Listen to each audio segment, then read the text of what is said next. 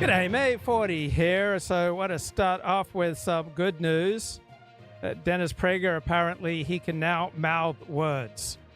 Dennis Prager had a bad fall approximately November 14th. He's been in the hospital. He's not able to speak normally, but at least it sounds like he's not in a coma. He had pneumonia, but it'll be months before he returns to public speaking, if then. But we get an update here from his co-host. Now, I assume that is his engineer, Sean McConnell, there on the left. I mean, wow, that is one enormous dude. All right, I'm pretty sure that's Sean McConnell. And let's get an update here on Dennis Prager's condition from Julie Hartman. Well, Dennis and Julie were reunited last night. I went to the hospital.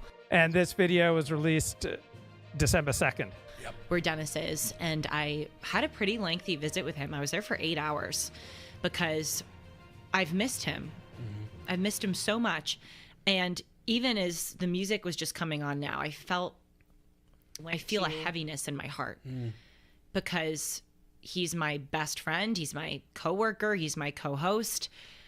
And for the past 2 weeks, I haven't seen him. I haven't talked to him. I haven't listened to him. And Wait, that's kind of disturbing. Or the 76-year-old man is her best friend. I mean, Dennis Prager admits that men and women can't be best friends. Can't be friends. I miss him so much. And it's, yesterday in the hospital, the nurse walked in and asked me for my name and asked me who I was. And it was funny because Dennis and I kind of both looked at each other like, how would we describe me? It felt not quite right to say a friend.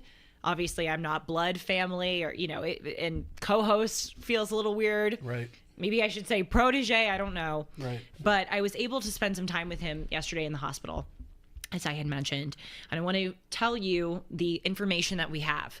And I know that so many of you are asking for and hoping for information. So the context for this is that Dennis Prager has been hospitalized for 3 weeks now.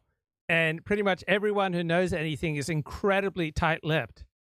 And Julie's presentation here is that we just want to give you all the information. I know you're all frustrated trying to get the real story on Dennis Prager. We just want to give it to you. But it's so incredibly closed-mouthed, tight-lipped. The people who know are saying very little about Dennis Prager's condition. And I know that both of us can very much relate to that sentiment because all we all want is information. But this is a very, very slow climb. He suffered a very, very serious. So I guarantee you that Julie Hartman from day one and pretty much everyone to do with the radio show and the Prager University who are in an important position, they knew from day one all sorts of things that they could not release publicly. Back injury. And this is just going to be weeks, months, honestly, for him to recuperate and for his body to heal. And so if we're not telling you information, it's not because we're withholding it. We don't have information. But what I will say is that Dennis is 100% mentally there. 100%. He even said it to me, and how would you know? Do you really know this? So much of this just doesn't ring true. And with his limited ability to communicate, he mouths words. He is 100% there. And I had So someone who can only mouth words, you can tell whether or not they're 100% there? Conversations with him, and he was keeping up with everything. And let me tell you, over those hours that I spent with him in the hospital, the thing that I saw that meant the most to him, that gave him a glimmer of light and hope in his eyes, was when I read messages from you. I went on Dennis and Julie shows and I read the comments, I read the emails and my email address, and I joked with him. I said, Dennis, what's my email address? What's the Instagram and Twitter? And he rolled his eyes and smiled. But I read aloud to him some of the things that you wrote, and he would mouth, wow. afterwards. Or someone wrote in and said that basically Dennis is the reason why she has her kids and husband, that she kicked off her old habits and took her life seriously because of. So Dennis very much encourages these parasocial relationships. He wants to be a friend figure and a father figure and a mentor figure to tens of thousands of people. And there is a lot of good that can come from that. It may have even saved my life. But there's also a lot of harm that can come from encouraging parasocial relations. Of Dennis, and it's so cute. Dennis looks at me and he goes, really? And he's so touched. So please do continue writing in. Your thoughts and your prayers mean so much. And especially if you would care to write in about the specific ways that Dennis has influenced you. Because right now, and he is someone who knows all too well the importance of happiness and remaining optimistic. He needs that. He needs to remember how many people he's influenced, how many people, God willing, he can continue to influence. And so your messages give him a will to go forward. Prager is not someone who puts a good deal of stock in prayer. And so all these outpourings of we need to pray for Dennis, that does not reflect Dennis Prager. It reflects the ideology of his Christian employers, the Salem group. And it's just weird knowing how little inclined Dennis Prager is to prayer and how little Dennis Prager talks about the power of prayer or says anything positive about prayer. And now the primary response to this crisis is, hey, everybody pray. Now, why are everyone who know anything about Dennis Prager's condition being so tight-lipped?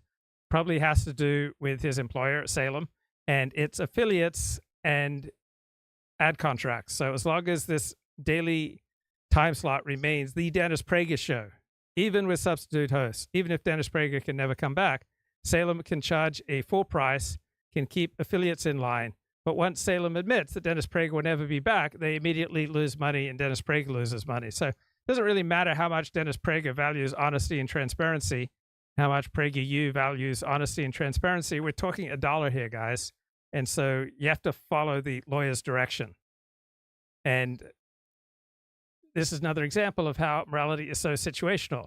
So honesty and transparency is all well and good, but what if it costs me millions of dollars, hundreds of thousands of dollars?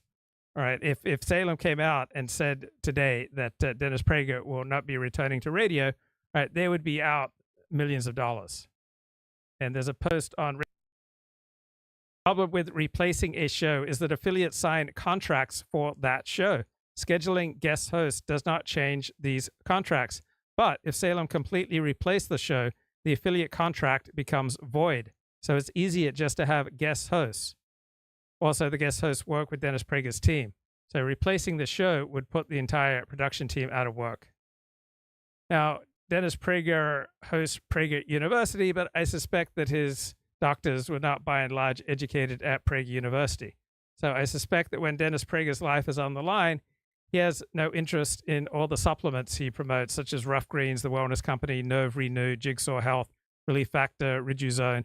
Said he wants the best medicine available, not much of the nonsense that he pushes on air, such as the Zelenko protocol for COVID. Dennis Prager has said on air hundreds of times that he rejects academic studies that do not accord with his common sense. But I suspect that when it comes to his own life and his own care and his own best interests, he wants the most rigorous medicine available, most rigorously tested medicine available from the most accomplished doctors who will usually be the best educated, most prestigiously educated doctors available. Yes, Dennis is sharp as a tack. Who is the land whale she's talking to? I'm pretty sure that's Sean McConnell, Dennis Prager's engineer. Ethical monotheists are known for their loyalty. If Dennis pops his clogs, will I get my PragerU tuition back? Justin Peters wrote an essay for Slate November 8, 2021. Why are right-wing radio hosts still being such jerks about COVID? On Monday, November 1, 2021, Dennis Prager began his popular radio show with a very strange boast. I rarely say I did the following. It's not my style, he said, but I believe I am responsible for the CDC announcing the following. that if you have natural immunity, you are less immune than if you have the vaccine. So Prager was referring to a Centers for Disease Control and Prevention study, which found that immunity conferred by full vaccination with the mRNA COVID vaccine is more effective than natural immunity gained by having had and recovered from COVID. Good news, right? Ha! You welcome the CDC's findings, you're almost certainly not in Dennis Prager's target demographic. So the CDC's conclusions are broadly in line with the scientific consensus on the efficacy of the Pfizer and Moderna vaccines. So do you think Dennis Prager, in his moments of extreme vulnerability, and remember, his wife is a huge COVID contrarian, and so a huge contrarian about all sorts of expert consensus. So do you think that she wants to be a contrarian with Dennis Prager's care right now? Right? Do you think that Dennis and his team and his family, do you think they want the scientific consensus on the best care available? Or do they simply reject all that which does not accord with Dennis Prager's common sense? So the scientific consensus directly contradicts Prager's contention voiced over and over and over again on his long-running nationally syndicated radio show that natural immunity to COVID is superior to vaccinated immunity. So to Dennis, the CDC latest findings do not mean that he was wrong. They just mean that the liberal, corrupt health agency has ginned up a bogus study to cloud the debate and to specifically silence his voice. So do you think that right now Dennis Prager wants the best that the liberal, corrupt health community, right, the medical associations have to offer? Or does he want alternative care, such as from the wellness company? Assuring his audience that he had done a lot of homework on COVID, right? And highlighting an Israeli study that was not peer-reviewed, that had many limitations that would make a normal person think twice before citing it, Dennis Prager weaved a fantastical counter-narrative as a way of underscoring his central point that the CDC study in question was a dirty, rotten lie. To some of you, it is stunning to say the CDC is lying.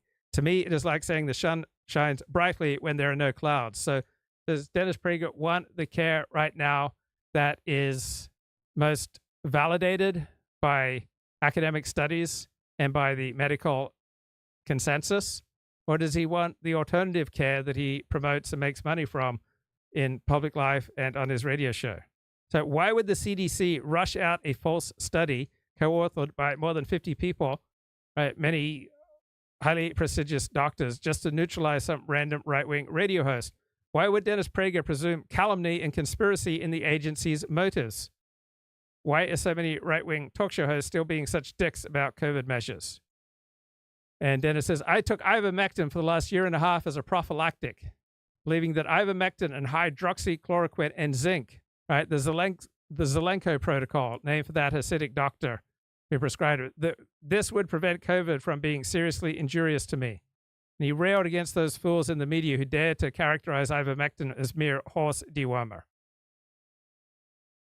And then he presented his victorious bout with COVID as clear evidence of the merits of his curative elixirs and the superfluity of the vaccines and the superfluity of what the medical and scientific establishment have to say. So in his own mind, he proved that his ivermectin use was what prevented him from dying from COVID. So he wanted to tell his audience once again that he was privy to the real truth that the liberal establishment is determined to suppress. So how right-wing media tends to work is that they want to isolate their audiences in a way like a predator wants to isolate his prey from family and friends. So I'm thinking about one Orthodox rabbi in Los Angeles who, when he noted that a would-be convert who was under his pastoral care was vulnerable, he sought to isolate her from her family and friends and from everyone else so that he could engage in water sports with her and other forms of sexual depravity while sponsoring her conversion to Orthodox Judaism. So much of right-wing media and right-wing talk radio acts in a similarly predatory behavior. They want to isolate their audience, want to constantly sow distrust of any news outlet or official entity that exists outside of themselves and their group. Right? The unifying theme on this low IQ right media is that there are no depths to which the deep state, the liberal media, and the elite professoriate will not stoop to advance their godless, anti-American, and culturally transgressive agendas. So for committed Prager heads, it's perfectly rational to believe that the media is still suppressing the real truth about ivermectin. And the CDC is basically specter, because right-wing media has spent decades convincing its audience that politics is as conspiratorial and simplistic as a James Bond movie. It's impossible, virtually impossible, to live in a right-wing bubble, Dennis said on his program Wednesday in a statement that is so unself-aware as to be almost entirely self-aware. Prager surely understands how right-wing media works, even as he also surely understands that he can never, ever publicly admit it. So this cynical strategy. And one thing I noticed, I enjoyed Dennis Prager, particularly when I listened to him on Saturday and Sunday nights before he became so partisan back in the late 80s. But when he got a daily talk show, he had to follow the formula of right-wing talk radio, which is to isolate your audience from competing sources of knowledge, to engage essentially in semantic and epistemic pollution. And say it's only me and my crowd who are going to tell you the truth, that we are going to bat for you against the evil deep state. This cynical strategy is particularly frustrating in the midst of an ongoing public health crisis in which many people are dying, in part thanks to the stupid things spread by idiots on the radio. Now, Dennis Prager is not stupid, right? He is very adept at dancing right up to the lies and lunacy line, but never crossing it. So the evening opinion hosts on Fox News, for example, rarely tell outright lies. Instead, they draw false equivalencies, they cherry-pick outlying details, and they use them to inaccurately characterize the conventional and scientific mainstream media narratives. Now, Prager is not explicitly anti-vaccine. He just disparages them via a whole boatload of logical fallacies that he presents as plain common sense. And he's a big booster of Alex Berenson. So, as always, with the right-wing anti-virtue signaling, deflection is the point. Prager and his peers' goal writ large is to get their audiences so hot and bothered about federal government overreach and the scurrilous rascals in the elite media that those audiences do not stop to think critically about what these right-wing hosts are selling. When Prager threw his show to a commercial break, his announcer reported the Dennis Prager show was broadcasting live from the Relief Factor pain-free studio. Right, Relief Factor is a major sponsor of right-wing talk radio, including Dennis Prager's show, and it's a scam. Right, it does not provide much benefit, if any. There is a great essay called "The Long Con" that came out in 2012, and it shows that right-wing media has long been underwritten by billions of dollars of advertising for dubious supplements. Now, all sorts of news sources have questionable advertisers, but this practice is particularly pervasive on the right. You've got this strange alliance of snake oil vendors and conservative true believers pointing up evidence of some successful long march of tactics designed to corral fleeceable multitudes all in one place. One weird trick style remedies. Right? These pay the salaries of hosts such as Dennis Prager, and these hosts are incentivized to tout them just as their audiences are conditioned to trust them. And the vaccines threaten the framework of the crap that financially pays Dennis Prager's salary. On Monday, and this is a column from 2021, Dennis Prager led off his show blasting the city of Los Angeles for a new ordinance that requires patrons to show proof of vaccination or a negative COVID test to dine inside a restaurant, to get a haircut, or to engage in other indoor activities. Prager warned of the communist hell that all communists create and will in the United States if allowed, the love of power, and the hypochondriacal fear, the maniacal fear that pervades the left about COVID. All right. Now, right-wing types were warning that this was going to be a totalitarian power grab by the left. But when the need for these measures to restrict COVID transmission diminished, right, these measures went away. Right? They weren't permanent. They were never designed to be permanent. They were desperate measures during desperate times. Then Dennis Prager throws the show to a commercial for Relief Factor, in which he speaks glowingly about the supplement's 100% drug-free ingredients, each helping your body deal with inflammation. When Prager came back, he was at it again about natural immunity in the CDC, who I believe are professional liars, he clarified. By sowing doubt over the vaccines, crying foul over mandates, Prager and his peers are running through the tribal script of right-wing infotainment, otherizing every idea and institution that could plausibly be considered liberal. They just don't want the liberals' miracle drugs because they already have plenty of their own.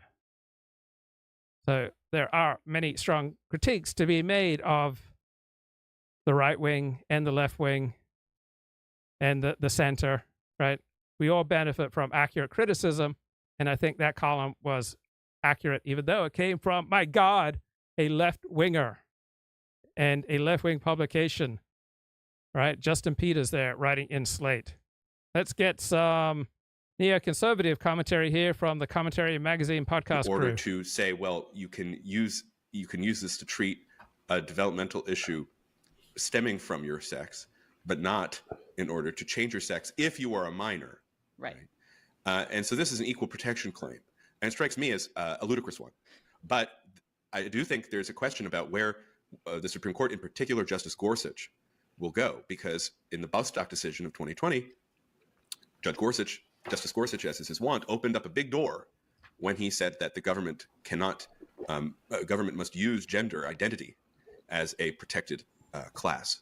You could not be fired for being, yes. Yeah, you can't be fired for being transgender, right? And two things on this. One is that this case might be different because of issues of consent and ability to consent if you are underage, if you're a child, because the medical profession has rules to that effect in terms of whether a child can consent to treat. Now, Elliott makes a thoughtful point here. Those who believe in the Russiagate conspiracy aren't well positioned to point out excessive gullibility. I'm not sure. It could be that those who are gullible in one area are still adept at pointing out where an opposing group is gullible in another area. So we need each other, guys. We're stronger together, right? We benefit from accurate left-wing criticisms, just as the left will benefit from accurate right-wing criticisms if they listen to them. Treatments. And I mean, there are huge ethical issues here, but we should spend a minute thinking about the last couple. And Elliott says, does Justin Peters believe that the Russians conspired with Trump in 2016? I don't know.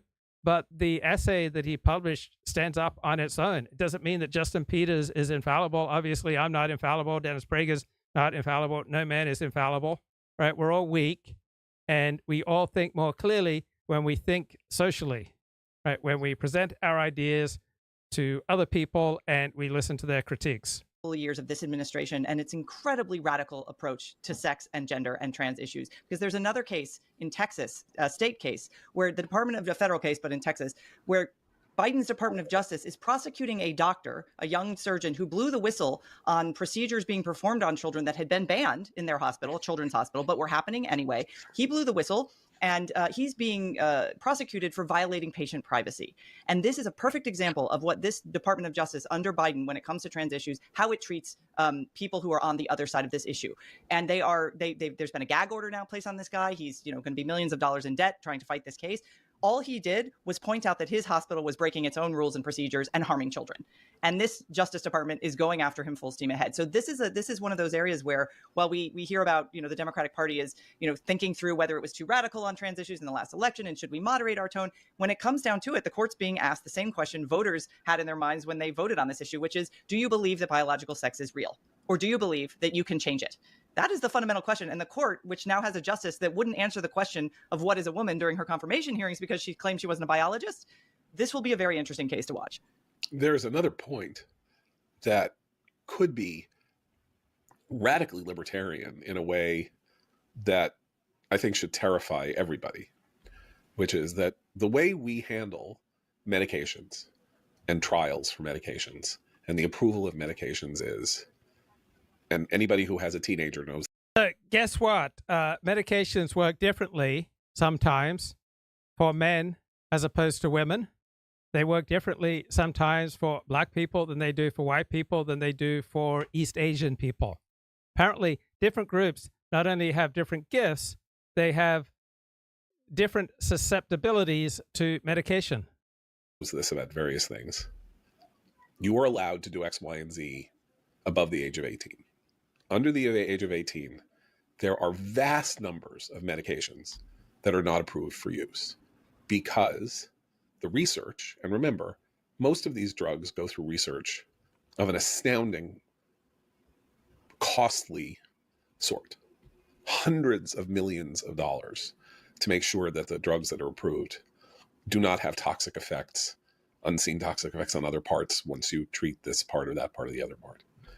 But what they cannot really measure, because you can't do trials on children for obvious reasons, unless they are really terminal or something like that, They cannot explain what happens in terms of a child's development, because children grow and their bodies change and their hormone systems grow and alter them. And should you say that a drug that has been approved for use in an adult should be approved for use in children because it was approved for use in adults? And the claim here, of course, is that it was approved for use in children, but was approved for use in children in, as Matt said, a very specific way, which is to enhance or make easier or make more healing the process of that development from boy to man or girl to woman. But if you're saying, well, we said it was okay for them to be used for this, now they can be used for that. Well, and there's no limiting principle to that idea. Well, and this is why Abigail Schreier's excellent book was titled Irreversible Damage, because we do know rates of regret about some of these, both hormonal and surgical transitions. We do know that a lot of people want to go back to what their biological sex is. I refuse to say male or female assigned at birth. I refuse to use that sort of Orwellian language. But these children are being asked to consent to something for which they might later change their minds. And if they change their minds, there is nothing that can be done for them. They will be permanently harmed. And that's what the court must consider in their amicus briefs that outline that. And we should say, too, and our viewers and listeners are probably already aware, but it's not just Tennessee who has a law like this. There are 25 states that have laws like this. And if the Supreme Court were to find by a 5-4 vote that there is a constant, parents have the constitutional right under the 14th Amendment to trans their children, that means that all 25 state statutes would be knocked down. This would be the equivalent of Roe v. Wade, except for trans. What kind of hater are you? All right, you don't think that all parents should have the right to trans their kids?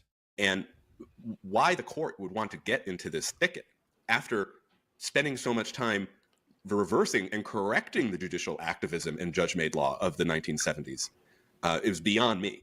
And so I'll be paying attention to the oral arguments today to see whether you have 5 justices, maybe even 6 justices. We don't know how Gorsuch will view this issue in light of the minor aspect, as Christine points out. But it just seems to me that to be an opportunity for judicial overreach in a radical cultural direction, which this current court was composed to be against, and especially considering the election result, where the culture clearly has decided that this trans issue has gone too far, and so that the most effective ad in the election was the Kamala is for they, them, Trump is for you ad.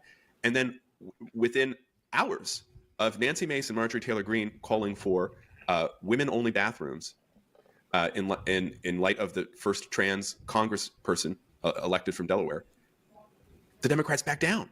So I think this is, once again, the radical cultural element in this country is looking to the courts to impose something that they cannot achieve through the legislative process. And it would be a huge, huge act of judicial overreach. Well, not only if the court were to side with the ACLU and the government here.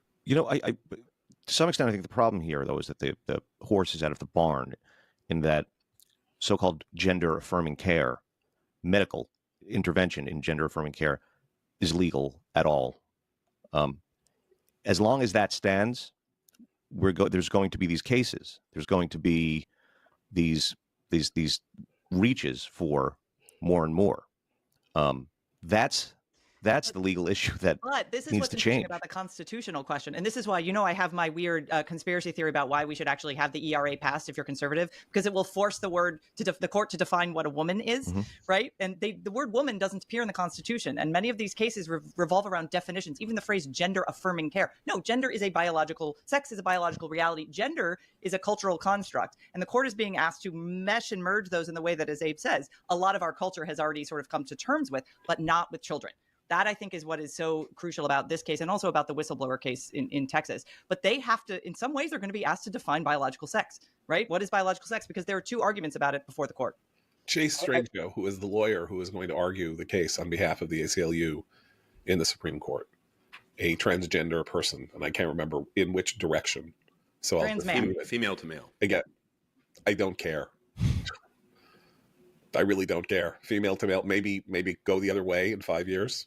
People convert, like they convert to Islam and then they convert to Christianity. I don't know. Anyway, has argued on television that a child as young as 2 knows that that child was born in the wrong body. This is the view. This is a psychotic opinion. A boy who says he wants to wear the Moana dress is not saying that he wants to be a girl. A girl who likes pants is not saying she wants to be a boy. This is not a construct in their heads. Now, I don't believe this is a construct in anybody's head at any time. It is a matter of choice or theory. It goes against every theory that we were instructed to believe over the last 40 years about homosexuality, which is to say that these are things that are true at birth, they're born this way. It's not a matter of choice. Well, see, that's actually, that's actually what this reminds me of, which is that it's very easy to see the echoes of conversion therapy and the conversion therapy debate in this, except reversed, right? What young people say, a boy likes putting a bow in his hair or whatever, and it immediately the option is to convert convert them to a new gender, to convert them physically to match the gender identity that you think is in their head. But the reason the discussion on homosexuality brought this up is because it sort of erases homosexuality in a weird way. And we've heard gay authors, Andrew Sullivan and others, talk about this, which is that there's no longer you're gay. It's you were born in the wrong body and we have to surgically alter you. So it's like, there's no such thing as a woman. There's no such thing as being gay. There's only gender. And that sort of thing has changed from, don't force children, don't convince them that there's something wrong with them, to incentivize treating children like there's something wrong with them. Those of us who have children, 4 of us here have children. A 3-year-old tells you that they're an elephant. They're not an elephant.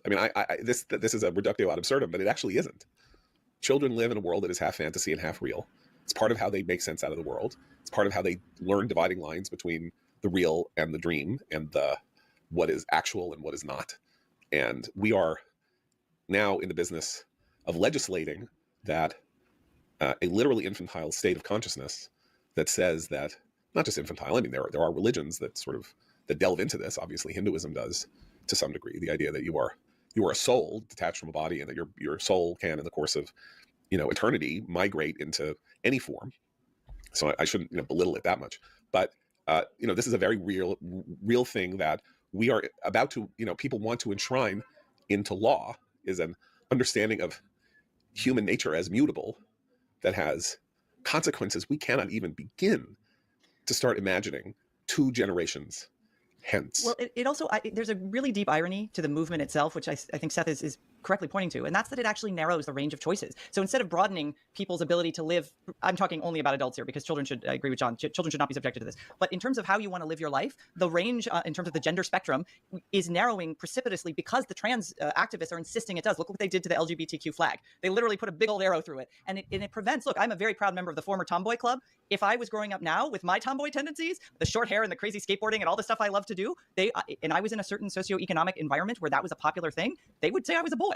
I see this with some of my children's friends, given the sort of cultural and political leanings of the parents. And many of our institutions are supporting this. Schools are supporting this. There's the cultural industry is supporting this in a way that makes it very difficult to argue against. And it does require brave people like this Texas doctor who's a whistleblower, and conservatives standing up and saying, no, sex is real. Biological sex is real. And people who do that, like Carol Hooven at Harvard, get ostracized from their profession for saying it, but it has to be said. It must be said.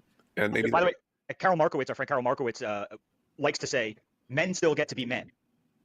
Yeah, it's deeply misogynistic. It's always, this whole thing is about women and how vaguely defined a woman is. But, it ends up being a kind of misogynistic thing, as you say, because as Carol likes to say, everybody still lets men be men. It's just women who get changed who get filed around into different categories. Radical lesbians were the canaries in the coal mine of this movement. They identified early on the deep strain of misogyny in the extreme trans activist movement, and they tried to warn everyone.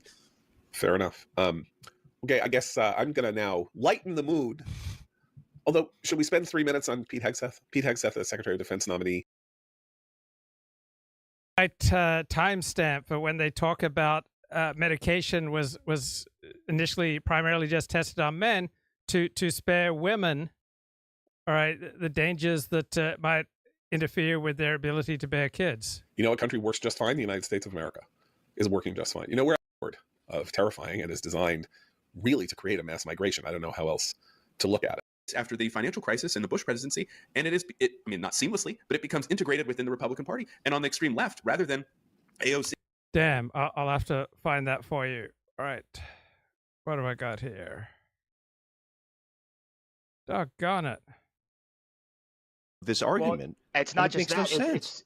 It's actually, this is the thing that I can't quite get past with this case, is that sex discrimination in medicine is the law. Well, I don't know what we're discussing here, but Exactly. I mean, I'll just give you an example. There was sort of this landmark case about a decade ago where the FDA decided to officially change the recommendations for Ambien and have different doses for men and women. Okay, so the approved legal use of this drug was different dosage for men and women. Then you have situations where the effect of the drug is not just about how much you should take, but which drug you should take. And there are situations where the official recommendations are for men to take different drugs than women in the same situation. I mean, there's a list of examples here, but this is basically like opioids. Men require a greater dosage. Selective serotonin, SSRIs, they're the preferred therapy in women with depression. Aha, this was the link that I wanted. Right, so there's a great point here on how men were trying out drugs. They were tested on men. People who were doctors didn't want women to become infertile, didn't want to take that risk. But it got perverted as being anti-woman. Ronald Reagan famously said this: "We, as Americans, have the capacity now, as we've had in the past, to do whatever needs to be done to preserve this last and greatest bastion of freedom. In this present crisis, government is not the solution to our problem. Government is the problem." Government has... And almost everything that Ronald Reagan said about the government, except for the Department of Defense, was negative. But we do need government, all right? Sometimes government's the solution, and sometimes government's the problem, and sometimes it's hard to tell. But you don't want to be denigrating government workers and government services. You want the most effective and efficient government services possible. It's only gotten bigger. We're $36 trillion in debt, agencies are bloated, and bureaucrats have never been lazier. Biden spent 40% of his presidency on vacation, but compared to the rest of the government, he's a workaholic. A new Senate report says only 6% of federal workers go into the office 5 days a week. That doesn't matter. What matters is how effective and efficient are the services that they are providing. And if they can be just as effectively or more effectively and efficiently delivered while they're working from home, then God bless them. And if you don't count security guards and maintenance staff, only 1% of government workers do 9 to 5, Monday through Friday. 1%. Almost 90% of government office buildings are completely empty. So where is everyone? One manager at Veterans Affairs took a picture of himself working from a bubble bath. He called it "my office for the next hour." What kind of man takes a bubble bath? Men age out of bubble baths at 5. If you're a guy and you're alone in a bubble bath, that's a problem. You have to have someone with you. Remember when the GSA got caught in a Vegas bubble bath holding a California cab? Yeah. And the only federal workers showing up to the office are having sex with each other. If you caught the show yesterday, we reported a Breitbart exclusive. Look, if having sex with each other enables them to more effectively and efficiently deliver government services, who are we to get all upset that a particular government manager has had sex with 32 other co-workers? All right, it might increase cohesion, effectiveness, and efficiency. So let's not get all judgy here. A major scandal rocking the VA. Our report stated there was a 12-person orgy, but we have to issue a correction. It wasn't a 12-person orgy. It was 15. We apologize to the 3 we left out. And they've all resigned. Look, if having an orgy enables you to do your work more effectively and efficiently, then what's the big deal? But don't worry, they get to keep their pensions. Employees to have sex with each other at work? Absolutely not. So why is it that we have at least 15 Mountain Home, Tennessee VA employees who have allegedly had sex on the VA property? They've not been disciplined. Those actions are reprehensible, extremely inappropriate. We also have seen... Reprehensible? Love is love. Why do we have to be so preachy and judgmental here? It sounds like a wonderful use of government property as long as they are delivering government services effectively and efficiently. Right? Sometimes a little break for a little bit of sex with your coworkers, right? Just the thing that you need to put a little bit more pep in your stride. Every implicated person leave the VA, resign, and an investigation is underway across all of the leaders and individuals involved here. If it's not hot tubs or orgies, it's alcohol. 2 years ago, Nancy Pelosi opened up a liquor store in Congress. And yes, they cater. So if any politicians want to knock back a cognac or have a glass of Pinot, Nancy's waitstaff will bring it straight to your office. No wonder they spend so much money. They're all drunk. And we're not talking about a glass or two here and there. Members of Congress can order cases of wine and liquor. Cases. We found some items Congress has been spending money on, and it has to be after a few rounds. Are you ready? $500,000 for an IHOP in D.C. What, Jerry Nadler need his pancakes? Almost $2 million for holograms of dead comedians. $3 million for girl-centered climate action group in Brazil. Sounds kind of like porn. $45 million on DEI scholarships in Burma. Isn't everyone in Burma DEI? And they still had about $150 billion left over to spend on illegals last year. $150 billion with a B. If you're wondering, the Manhattan Project, adjusted for inflation, only cost $30 billion. The Panama Canal, $15 billion. The Hoover Dam, $1 billion. You don't need a PhD in economics to know we're getting ripped off. Unless you don't have a brain above a single cell organism, you know that there is waste in the federal government. There's enormous waste. Cutting waste up here is kind of like going to heaven. You know, everybody wants to do it, but nobody's quite ready to make the trip. That was until today. Trump finally got Elon out of Mar-a-Lago and sent him to Capitol Hill. And he brought someone special. And we're not talking about Vivek. Elon, how's the meeting's been today? How do you win over people who say Doge doesn't have any power? Do you think you can still... Elon, how do you define success for Doge? Elon, do you want to see Democrats here? Trump's taking a blowtorch to D.C. The goal is to cut $2 trillion from the budget. And if you're working from home, you're not working hard enough, so pack your bags. Here's Vivek. The idea of reducing the federal employee headcount is not really about saving cost. Part of what you have is an overgrown federal government that is doing things that were never supposed to be done by the federal government in the first place. You look at the number of times in the last 2 years alone, or 2 to 3 years, that the action of a federal agency has been struck down by the U.S. Supreme Court. So I think part of the project of thinning out the federal bureaucracy, that's less about the headcount expenses, and it's more about actually respecting the rules of the road in the constitutional republic. Doge is taking aim at illegal regulations. And now the second richest man in the world is asking, how can I help?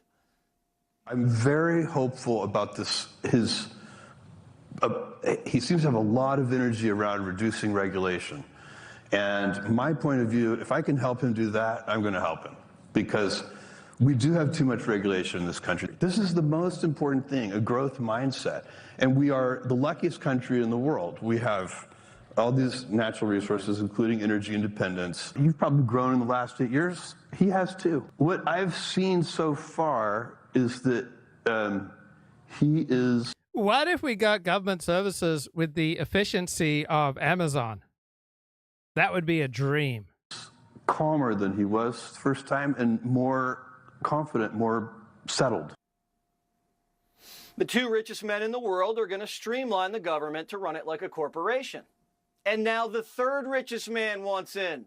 Mark Zuckerberg just made a pilgrimage to Mar-a-Lago to talk shop with Trump. And everyone's on notice. Executives from big pharma companies like Pfizer flew down to Mar-a-Lago this week to have dinner with Trump. And 47 brought a surprise guest. RFK Jr. came and sat down at the table with the big pharma executives so we can live fact check. Besides Maha, another topic of discussion, a cure for cancer. It was a 3-hour dinner, probably because of the fact checking. And as it wound down, we're told DJ Donald Trump pulled out his iPad and blasted Pavarotti. Meanwhile, at the FBI, agents are gearing up for a big clash with cash.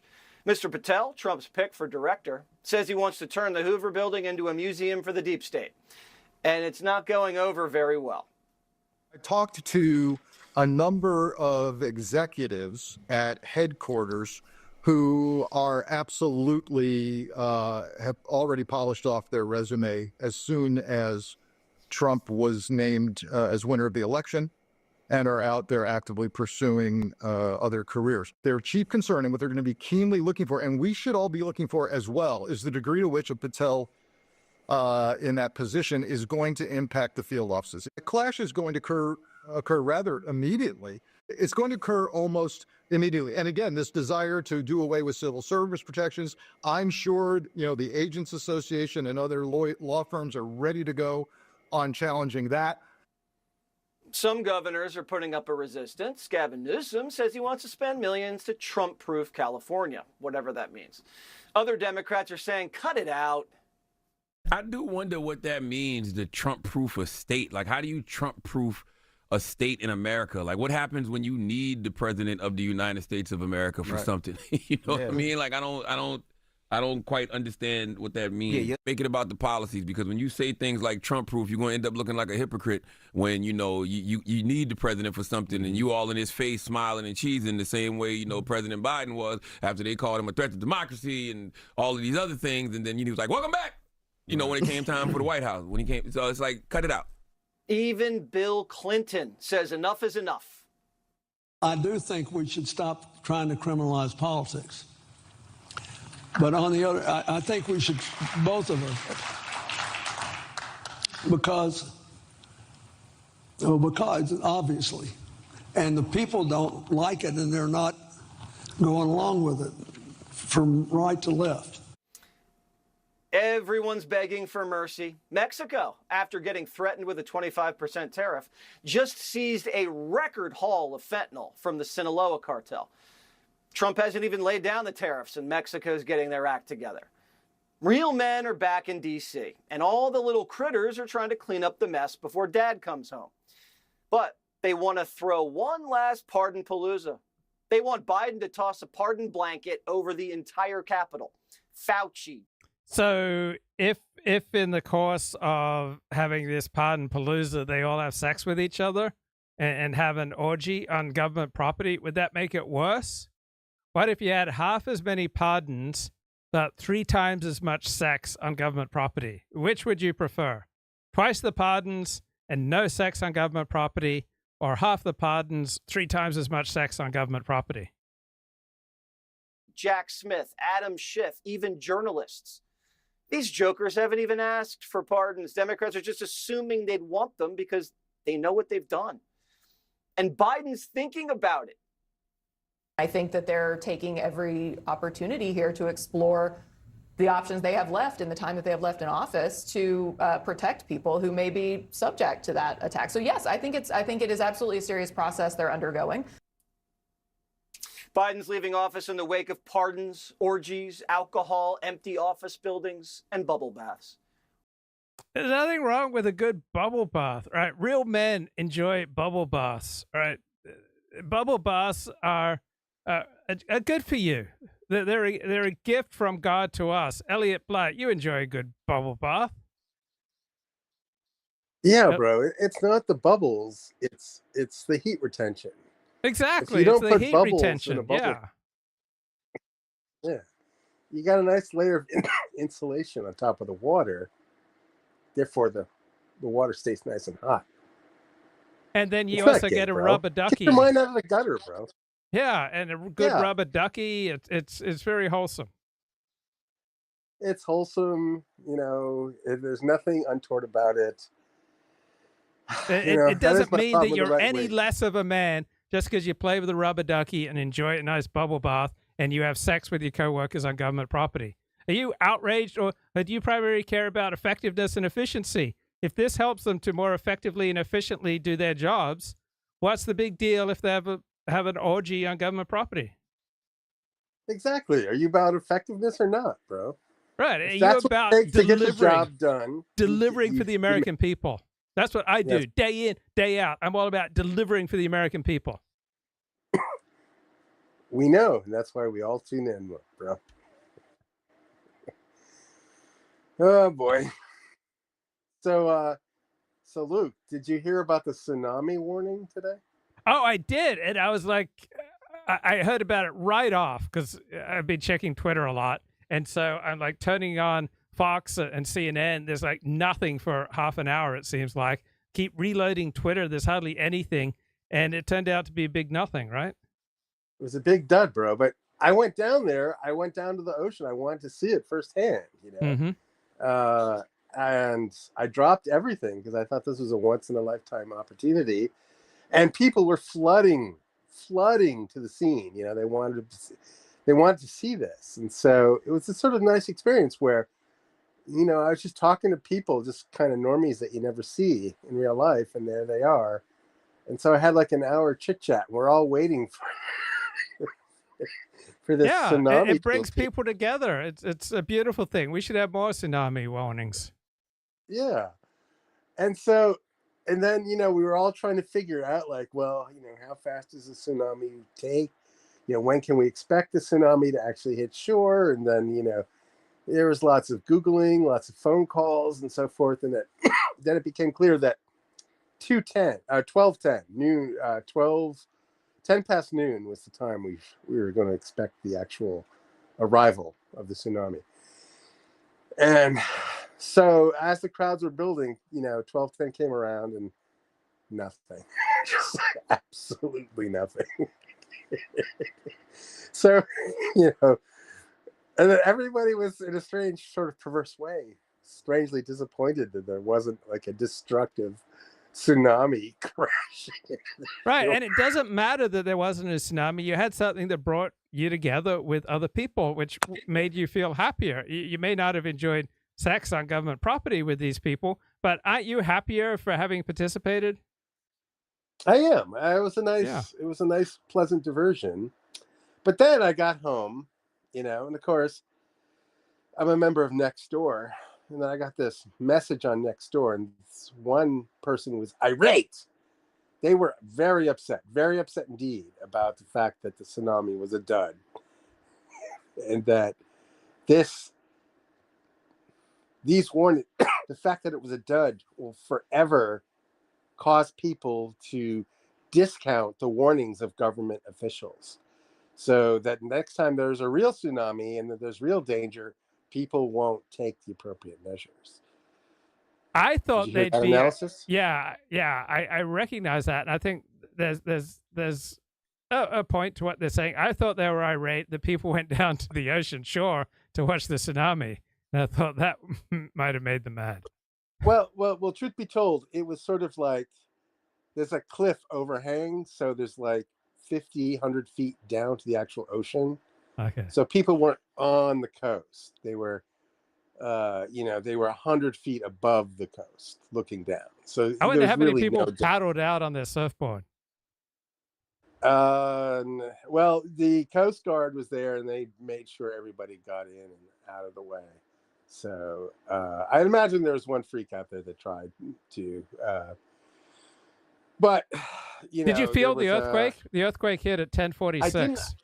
I was in the shower when it happened, so it's not to say I shouldn't have felt it, but my phone went off. I got this. You get these public alerts, and they're screeching, and they can't be ignored. They come over with this tone, you know, this awful screeching alarm sound, and I'm thinking, oh great,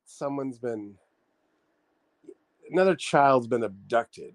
You know, that's usually what happens when I get these alerts. And then I'm thinking, do I even look at this? I'm so bored by these abductions. I finally look at it, and it's a tsunami warning. I was excited. I was excited. I was like, wow, I want to see action video. Yeah. I felt this is a nice way to punctuate the day, you know. I saw a 6.6 earthquake hits Northern California. That's a substantial earthquake. Well, it turned out to be a 7.0, but it was initially reported as a 7.4, which is very substantial. Yeah. But if you remember the big tsunami in Japan, that was a ginormous earthquake. That was a 9 something. Okay. That's almost as big as they get. And so to have a really catastrophic tsunami event, you need an earthquake of really huge proportions. So, like the difference between a 7 and a 9 is 100. So each degree on the Richter scale is 10 times. Yes. So the difference between a 7 and an 8 is 10. And the difference between an 8 and a 9 is 10. So the difference between a 7 and a 9 is 100. So a 9 is an enormous earthquake. Rarely experienced. So anyway, how often do you think about earthquakes? Because I'd say they're probably in my top 150 recurring thoughts. I used to think about them a lot, and then I happened to have dinner with a geologist, and she explained to me that the big earthquake that we're all fearing, the San Andreas earthquake, won't create a tsunami because the shaking is going to be north to south and not east to west. And because it's north to south, that type of shaking won't create a tsunami. So I stopped worrying. And then I looked and I figured out I happen to be one of the safest places for surviving an earthquake. In my particular neighborhood is on bedrock. Which means, so there's bedrock, and then there's like landfill, which is sort of pseudo earth, which has been filled in by sand that's been dredged out of the bay. So these are the neighborhoods that are going to be completely demolished in a huge earthquake. And fortunately for me, I don't live in one of those. So I don't think about earthquakes as much as I used to, but I used to, and I understand the fear. Do you notice anything about the vibe shift in liberal San Francisco Bay Area after the election?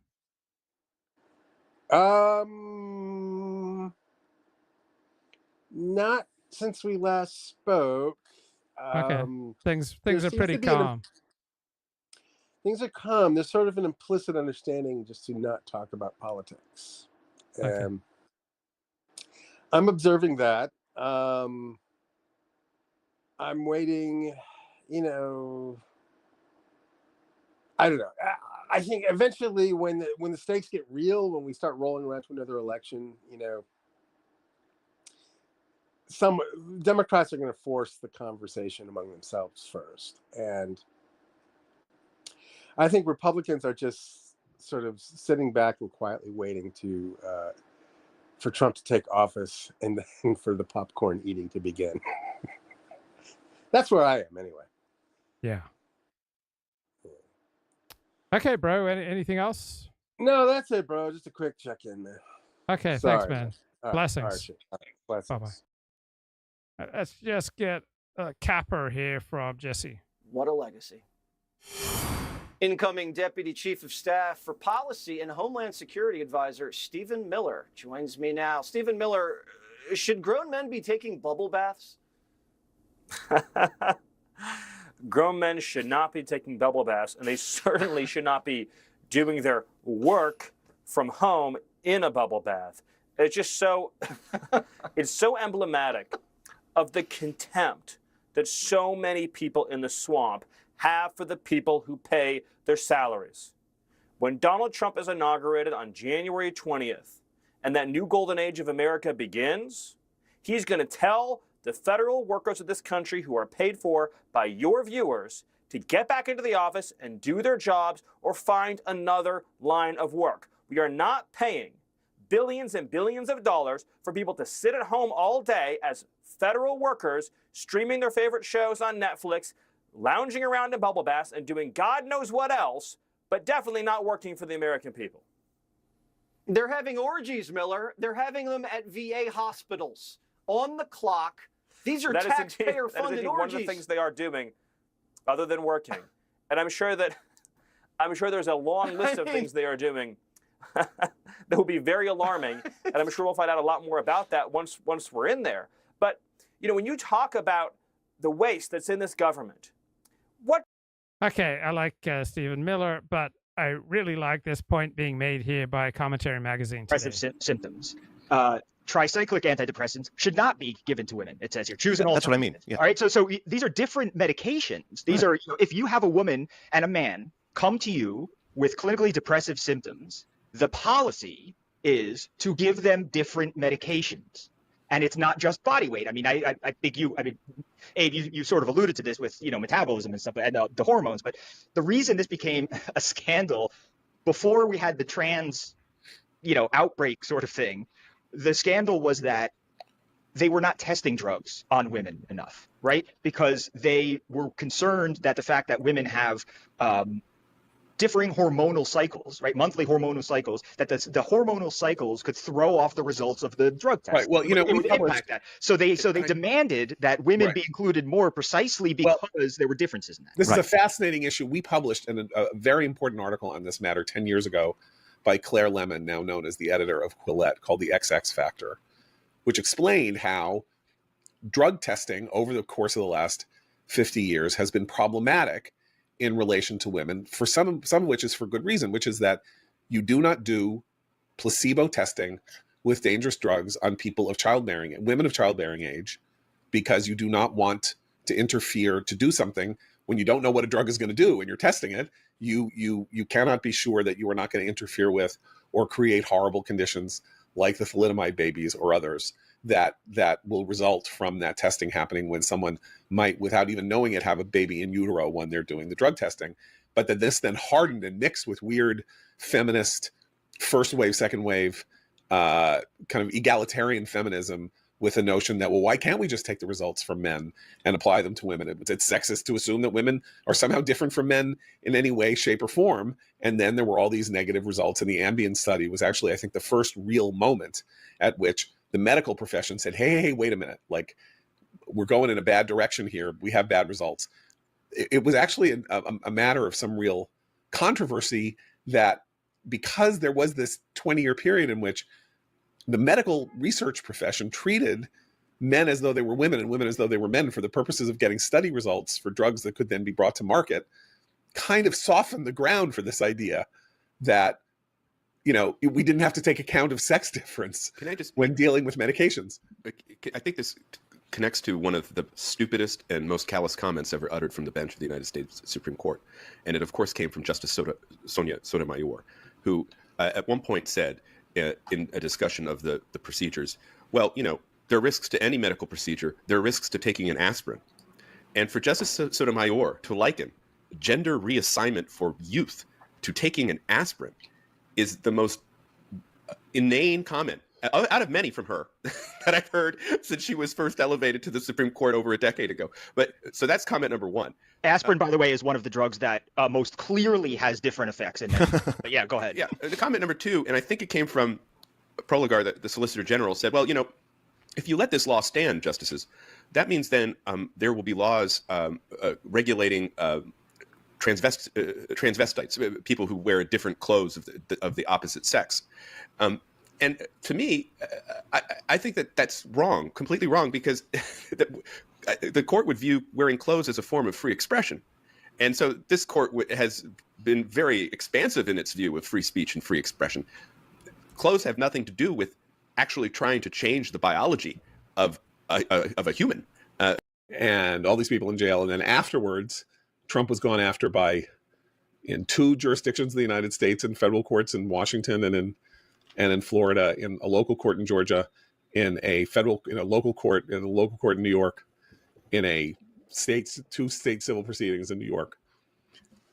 So convinced were they of the threat of sort of this world in which you would use political power to go after your political enemies, that they unleashed it themselves. And now that Trump has won again, now they're scared and saying that they better do something because he's going to come after them. It's like the lack of self-knowledge, the permission that they gave themselves to sort of do I could constantly use this quote, the use of excessive force against the Blues Brothers has now been approved.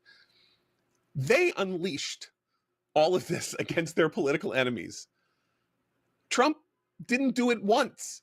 I mean, it was the Inspector General of the Department of Justice who was responsible for getting rid of Peter Strzok and Lisa Page and whoever else was cashier, Andrew McCabe, for their misbehavior, not Trump. But I have to say also, inside the Justice Department's own self-policing mechanism for improper leaks and misbehavior. This is a continuation of the long-running pattern whereby Trump's enemies always put meat on the bones of his allegations. It is amazing. Because by saying we want to preemptively pardon Fauci and whoever else, if they do that, those figures are ruined. I mean, if you get a preemptive pardon and nothing else comes of it, that is an asterisk you don't want actually in life. I understand you want the certificate on your wall, but that means you're forever suspect. And it's an admission.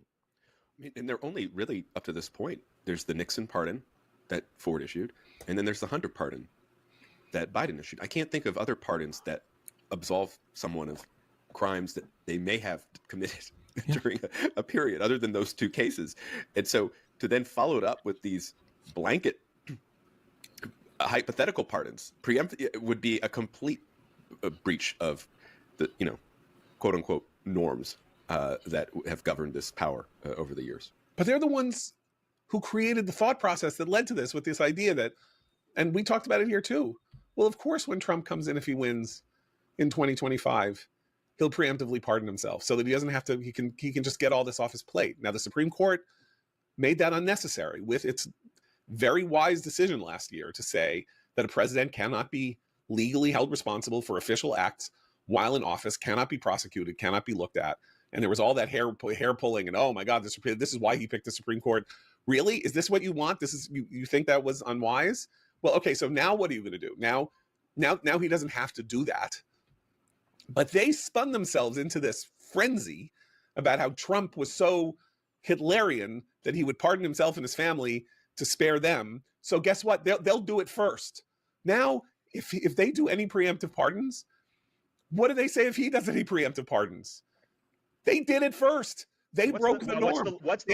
They busted the filibuster. Harry Reid busted the filibuster, not Mitch McConnell. They keep doing this. They keep changing the rules in fear of Republicans changing the rules later.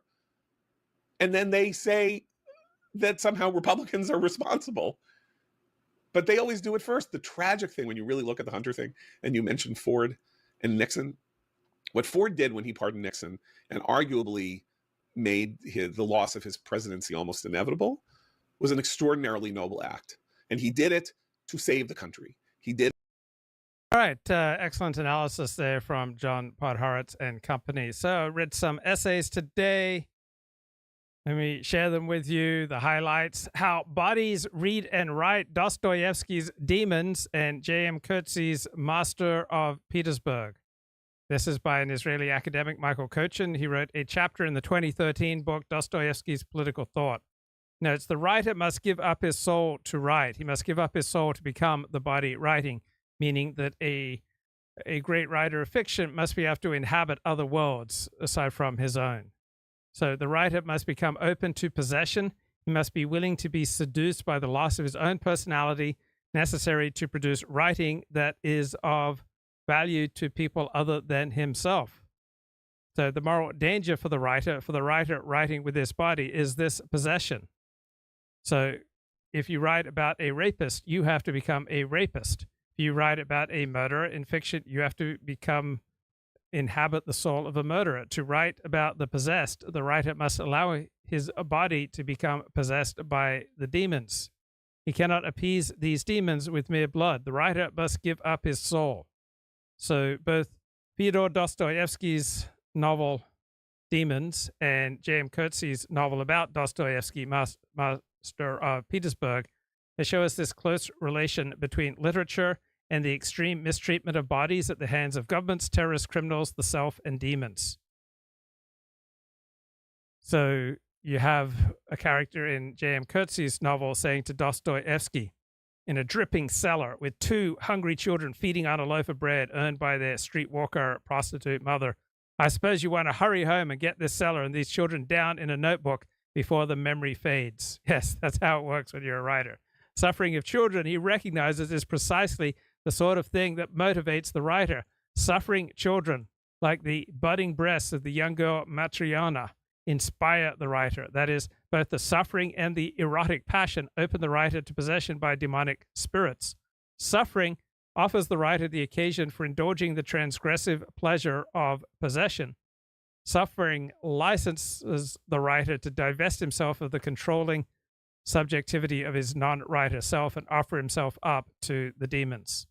And this possession invoked by suffering motivates the writer and the reader to suffer with the suffering. It can instill compassion, yet the spectacle of suffering can also move the writer and the reader to revel in the delight in their own power felt by the deliberate perpetrator of suffering. The writer can present us with the torturer as clearly as he presents us with the tortured. And so J.M. Coetzee's Dostoevsky character knows this well, and he puts to work in writing a confession of the rapist. So this type of writing allows the writer to experience what must feel like to be a rapist. So faced with a choice between vitality and morals, every writer would choose vitality, and every serious man would choose morality. We would like to believe that the writer suffers with his victims, and that his art encourages the serious reader to get out of his easy chair and act to alleviate human suffering. But the real Dostoevsky and the real J.M. Coetzee challenge this wishful thinking. And then Michael Coetzee, who's a political scientist, he wrote back in 2009, From Argument to Assertion. There are two fundamental rhetorical difficulties with laying out one's premises, reasoning, and conclusions. Since arguments are anticlimactic if they are explicit, the speaker who is excessively explicit in his reasoning is liable to fall into what one may call the arduous dilemma with its two horns, the horn of banality and the horn of incomprehensibility.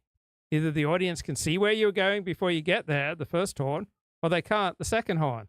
If they can see where you're going, they will lose attention, because an anticipated argument is a banal argument, and the arguer has thus impaled himself on the horn of banality. If the audience can't see where you're going, because they can't follow the thread of your argument, then the arguer loses their attention as he squirms, gored, and suspended on the horn of incomprehensibility. So if the audience can't follow your argument, that means that even if you manage to persuade them, we cannot say that they are persuaded to adopt your conclusion by accepting the argument you have offered for it. So if you want to argue, you have to find a way out of the arguer's dilemma. Either you have to compose an argument that your audience is able to follow but not to anticipate, which is an extraordinary achievement, or you have to aim in arguing at some effect other than persuading your audience of the truth of your conclusion. So in practical affairs, the facts are never all on the table. The question is whether one has the resources to challenge the factual assertions that lead to the conclusions that one wishes to reject. The issue is a trial of strength. Can you muster the resources required to overcome your opponent's facts? This can be done by disputing the truth of your adversary's facts. More often, one puts the adversary's strength to the trial by offering alternative facts that make your opponent's claims seem irrelevant, right? If you have not been bludgeoned to death by your opponent's facts, right, you will try to offer your own that make your opponent's facts irrelevant. So Gerald Rufschoen was the principal advertising man for Jimmy Carter's 1980 presidential re-election campaign. And he reflected 10 years after that campaign, if we had to do it all over again, we would take the $30 million we spent in the election campaign and get 3 more helicopters for the Iran rescue mission. Right? There are considerable limits to image making as against political reality. Right? The most effective image for President Carter would have been a news broadcast of him receiving the freed hostages. So discussion is usually helpful for action. Discussion is often, though, a cost, not a benefit. We can only afford some discussion, whether it's facts or arguments. Any new factual assertion threatens the solidarity that we have achieved with our listener, and thus the ability to act with that solidarity. Then Michael Coetzee wrote another essay, Trust and Evidence on the Internet. So he notes Newspapers and TV do not have footnotes. Even newspaper science reporting and editorials, both of which always rely on other reporting, do not use footnotes to direct us to that reporting. While political blogs are rich in hyperlinks, the internet equivalent of footnotes. Online newspapers frequently provide links for further information, but such links are not generally source links, but exit links. I cannot recall a single instance in which the link was to the specific sources for the factual claims in the article. So blogs, particularly public affair blogs, have footnotes. They source their claims through hyperlinks. Public affair blogs have already played a crucial role in politics in the United States. So a code of right and wrong depends upon, first of all, a perception of the difference between the true and the false. And when we have political institutions that see truth and falseness, they are engaged in sifting claims of fact rather than assessing arguments. So useful discussion is not really about discussing arguments, it's about re-examining facts. So what mattered in the period immediately before the Second Gulf War of 2003 was whether or not Saddam Hussein had chemical, biological, and nuclear weapons programs. Persuasion, then, is largely a matter of getting one's claims of fact seen as true and relevant. We usually cannot choose between true and false accounts, so we tend to choose between trustworthy and untrustworthy sources. When do we resort to arguments? Right, we resort to arguments when we want to present ourselves as calm, serious, and knowledgeable. We argue not to demonstrate the claim for which we are arguing, but to show that we share the concerns of our audience, that we share their prejudices and values and their presuppositions, and to show that we have mastery of the subject matter by displaying relevant knowledge in coherently organized detail. So arguing is a way of presenting facts and principles so as to show yourself worthy of trust. To be trusted is to be trusted as a knowledgeable, unbiased source of truth. Just saying, trust me, is a comparatively rare appeal. Most people will need guidance on the ocean of facts. And so in the American policy establishment, we got think tanks and government research bureaus. We got second, objective reporting in newspapers and broadcast media. And then we got third, editorialists in that media who draw out the consequences, what is reported for their readers, and instruct them on the way to roll. So the primary mediation is institutional. It's not the person who wrote or compiled the report. It's the bureau or the think tank behind the report. It's not the reporter, but the newspaper, the wire service, or the TV network behind the reporter. So this is quite different from academic and scientific establishments. With the media, it is usually made as difficult as possible for the viewer, reader, or consumer to get behind the institution to the sources. The print reporter protects his sources. The TV news network protects the raw footage from which the broadcast report is cut and edited.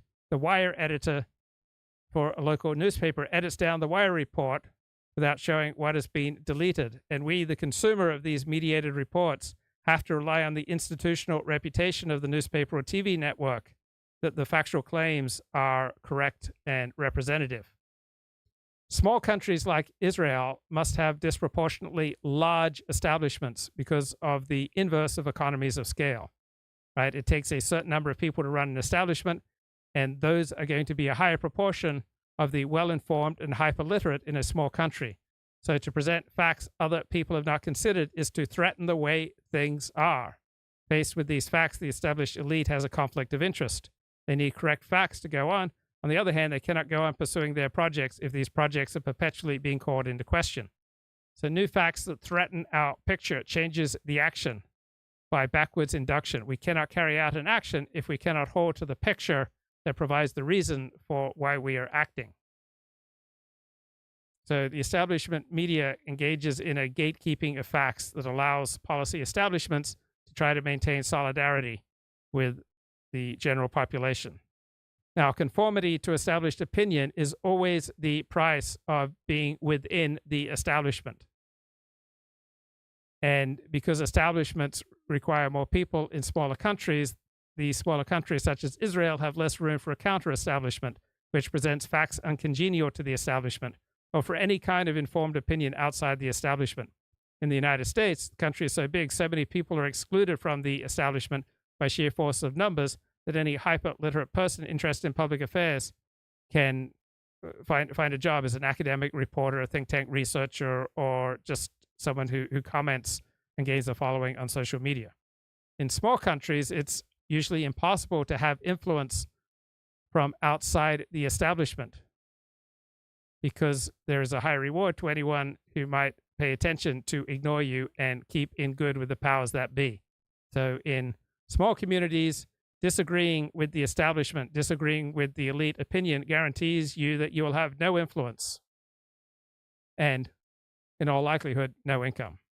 In small countries and small communities in the United States, there is less room for counter-establishment mediators because there are fewer hyperliterate people to do the job.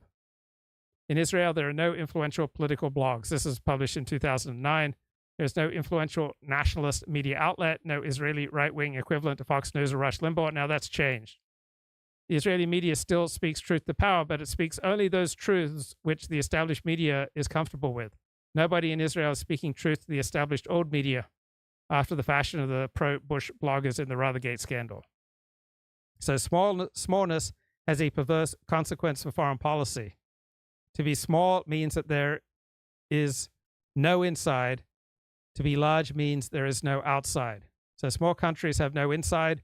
Their affairs are more determined by what goes on outside of them than are those of big countries. Second, small countries have no inside. They don't have inside of them a counter-establishment that can present uncomfortable facts about the challenges coming from outside. And he concludes, I'm always astonished by how much better Americans understand Israel than Israelis understand America, even though Israeli survival depends upon successfully understanding America. Small countries have no inside. They have a greater need to be guided by accurate information about what is outside, but they have less accurate information about what is outside. Establishments may sometimes heed mavericks, but they never reward mavericks. So let's get Kip back onto the show. Kip, what's going on, man? Not too much, man. You had my brain swirling around there with that last bit of information. But I did catch earlier, you said writer, rapist, same thing, right? Rapist, writer. Yeah. No distinction. I drink from the Luke Ford well of Kool-Aid. Yeah, I often wonder if a therapist ever gives his card to somebody. I wonder if he doesn't want them to look at it real close, because you notice the word therapist is the rapist. Yes. You know what I mean? Yeah. No space. I was gonna say, from the sound of your first clip tonight, looks like we might have a new contestant in the Luke Ford Wife Search 2024. Julie from the Prager show. She's got a geriatric best friend. She might need Luke Ford for those cold winter nights coming up. What do you think, Luke Ford? Well, I'm praying for Dennis Prager's recovery. Julie might have bigger problems than only a Luke Ford relationship. She seems like a lovely woman. Is she too young for you? No, she's over 18. I believe the old adage was half a man's age plus 7. So if you're 58, that's 29. That's 36. So yeah, I think she's 25. Oh, okay. She did look remarkably young to have a best friend. Would you say 75 years old? Yeah. Wow. Yeah, I was gonna say, we could let's take that question you said earlier and flip it on its end and really see if we can come to some understanding on why it is that the right is forced to get its ads from snake oil salesmen or the My Pillow guy or the St. Jude's kids. Yeah. Why is it that the pharmaceutical ads are a left-wing monopoly? You know what I mean? Finance, insurance, soap, beer. You ought to be able to sell something other than snake oil salesman stuff, right? What do you think's going on there? Well, I notice a ton of those ads on Fox. There are a ton of pharmaceutical ads on Fox. So I don't think it's quite as separated as you indicated. Well, but if you take is there a left-wing equivalent to a Dennis Prager? Are they selling, gold shields, and are they selling, No, they're stuff? not. No. Left-wing media has much more prestigious advertising because the left controls the high ground in culture and almost all our institutions. So they get to have the Mercedes-Benz of advertisers. And I told you, I think we've come to like a Mexican standoff, because I think a lot of people are like me. What's the guy? Travis Bickle. What's the character that De Niro plays in Taxi Driver? Yes, What's Travis his name? Bickle. Yeah. Who can watch that and enjoy that, knowing that shithead is really, the antithesis of Travis Bickle in real life. You get what I'm saying? Yeah, I mean, I can, but some people are so obnoxious that I probably can't. But with Robert De Niro, it hasn't diminished my enjoyment of his acting. I mean, you and I, we will agree that is the right word. There's a dearth of people that can make art on the right. Is that the right word? Probably, yeah. We've got a gulf there that needs to be. Yes. But by the same token, don't we have Vince Vaughn's and James Woods? There's some out there. Yes. Is there right-wing producers? Is there a mechanism that could, form from the ashes?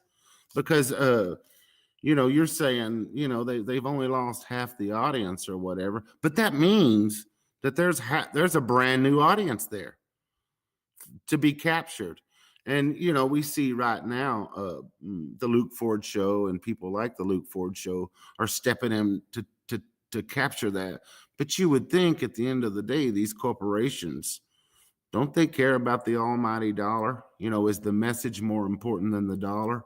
Well, you'll notice CBS is the most close to the center of the major networks, and they have a ton of shows that are FBI, SEAL team, that appeal to middle America. And then there's this Sheridan bloke who makes Taylor Sheridan. He produces Yellowstone, and he produces Landman, which is a great new TV show. So I do think that we're having more middle America shows that are getting picked up by major networks. Is Nora O'Donnell still at CBS?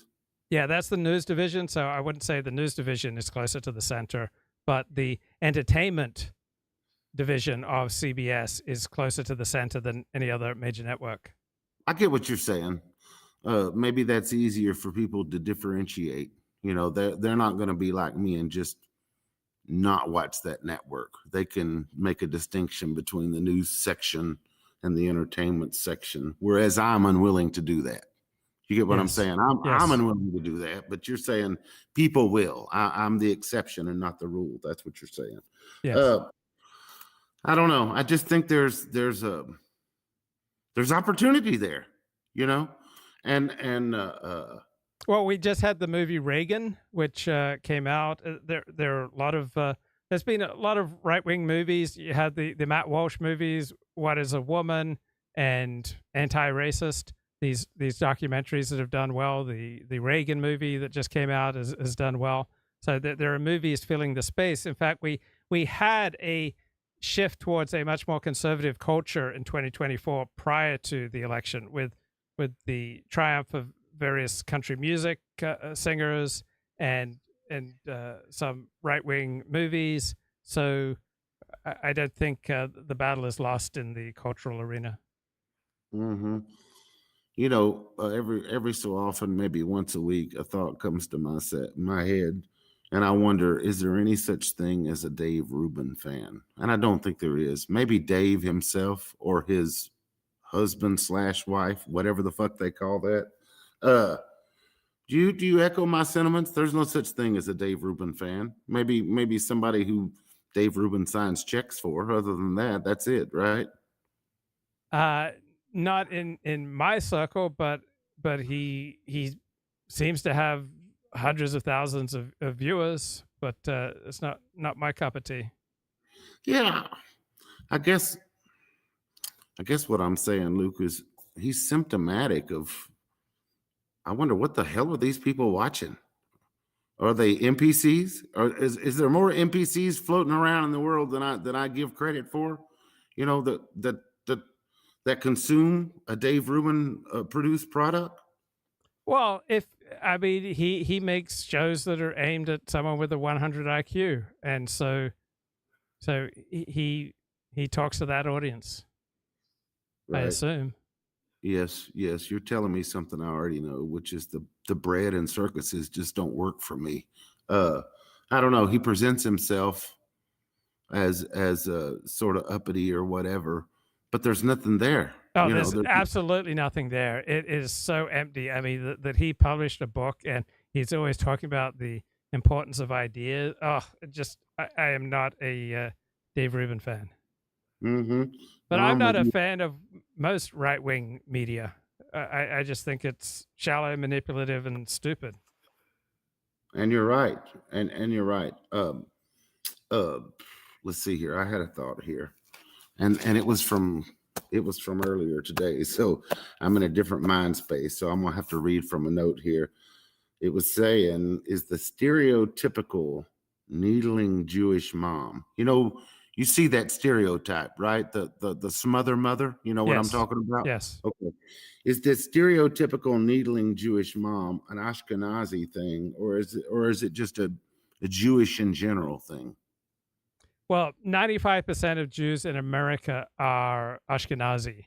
So to the extent that you see this caricature in American culture, the odds of 95% is with reference to Ashkenazi mothers. Now, I don't know that many Sephardic and Mizrahi Jews, so I don't know how representative that stereotype is for them. Mm-hmm. Now, where I'm going with this is that maternalistic nature. You know, they are. I know you're a converted Jew, but like the Jews, that's one thing that's different about them. Instead of being paternalistic, they seem to be maternalistic. Am I right? Well, there's both. I mean, Orthodox Judaism is pretty patriarchal. There are all sorts of things that only men can do that women cannot do. Like all Orthodox rabbis are men, but there are distinctive roles for men and women.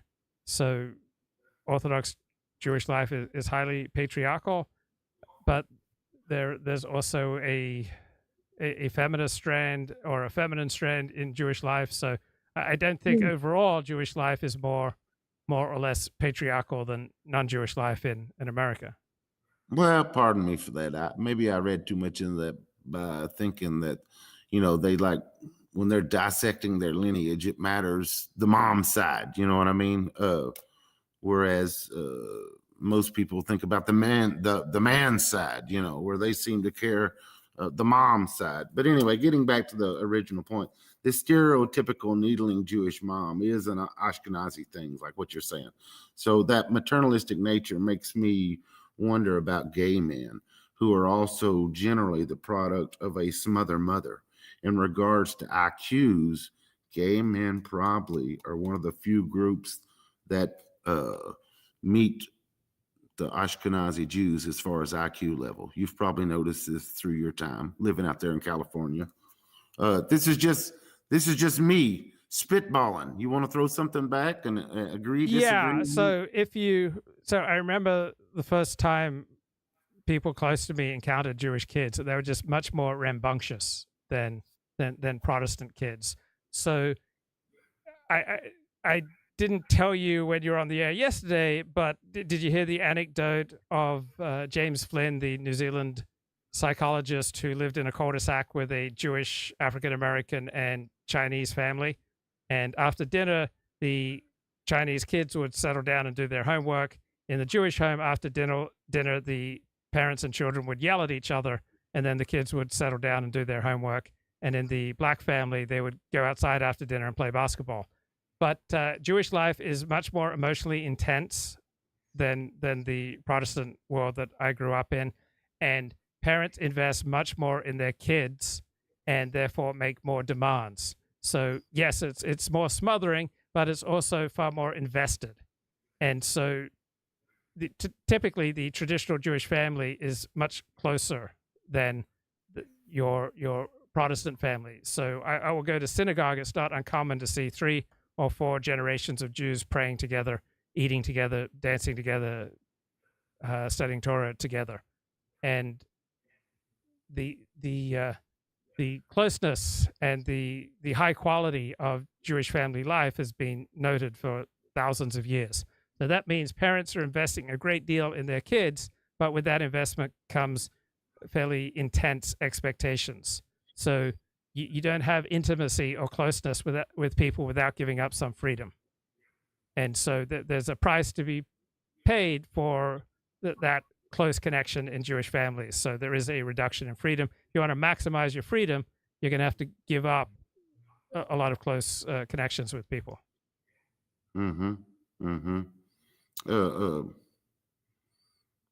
So you feel there or is not any sort of connection with that when it comes to the gay men? I don't think they have Ashkenazi level IQs. But you don't? No. You don't? Okay. Another thing I was going to mention to you is the president of the United States is an actual fucking invalid. You know what I mean? And I know you've never been that impressed with Biden, but isn't it strange? Isn't it sort of surreal? Do you ever just stop and kind of like think about that? You know, isn't that wild? It's just wild, times that we live in. And then I was going to say, you remember the old commercial where they'd say like, "Calgon, take me away," where the woman would be sitting in the bathtub? You remember those old commercials? I don't think I do. Oh, okay. Well. Anyway, a woman would just say, "Calgon, take me away," and I'm just thinking about 1950s America versus the multi-culti hell that we live in today, because you were showing those clips earlier of like who gets all the oxygen. Where's all the oxygen going to? All the energy's going to defending, transvestites or manufacturing rage, so that we can have rage against the cops, by the black people, all the decadence, all those easy buttons that I always talk about. We've advanced right straight towards idiocracy or something. Tell me I'm wrong, Luke. Tell me. You're wrong. There's an element of what you're saying, but there are also many positive trends for the country. And so the United States has to be measured against other countries, not against some perfect ideal. Well, what if I'm saying the whole damn thing seems to be going right down the tube? You know what I'm saying? Okay, then you are projecting out from your own experience and your own need for a country that's collapsing. I notice a lot of people who watch this show, they really are essentially living in a cave, hoping for some kind of apocalypse, and hoping for everything that is disgusting to be just swept away in some massive cataclysm, because the reality of the world outside their own narrow experience is just too disgusting for them. They are just repulsed and repelled, and so they're hoping for some major cataclysm rather than expanding into the world, becoming more vulnerable, and dealing with the slings and arrows that come whenever you get close to other people. Yeah, you say that, but if, like Nietzsche used to say, if you can't live beyond or above the law, which as a philosopher you must do in order to question all values and norms, if this task is too great, either you must construct another meaningful task or find refuge in madness. What do you say about that? I think that there's an element of truth to it, but there's also a substantial element of self-aggrandizement and a substantial element of self-justification. So Nietzsche went mad because he had untreated STDs, and then he created an elaborate philosophical system that justified his madness. But if he hadn't been messing around getting STDs, he would have been more mentally sane, and he would have had a happier and more coherent life. But if you find yourself mad and isolated, then you're going to come up, if you're smart, you're going to come up with elaborate justifications for why that's the right thing. Right. Well, gosh, his most meaningful quote. I've told it to you before, but it does make sense. It's just when you hear it, if I say it too fast, it's just words. But he says, I'm a wanderer and a mountain climber. What returns, what finally comes home to me is my own self. Alas, I've begun my loneliest walk, but whosoever is of my kind cannot escape such an hour. The hour which says only now are you going your way to greatness. Peak and abyss, they're now joined together, for all things are baptized in a well of eternity, and they lie beyond good and evil. So Nietzsche saying, I can't escape it. You know what I mean? And it ain't like I read Nietzsche and said, oh, I'll do this. It's like I was already on a path, and I was like, holy shit, here's somebody who also, felt the same way. That only now was he coming to his own self. And I know that seems like a 180 from, the Luke Fordisms that you give out. And I think you're giving stuff out, that's good advice. It's a prescription for the masses. You know what I'm saying? It might not fit for everybody, but I'm not saying you're doing anything wrong. You get what I mean, Yep, Luke? yep. And Okay. do you think that you, like Nietzsche, might also suffer from syphilis?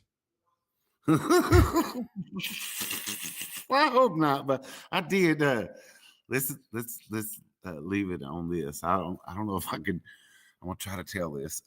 It's happened so long ago, but I remember there was like a New Year's party. This would have been like 1987, 1988. I can't even remember, but whenever it was, some woman.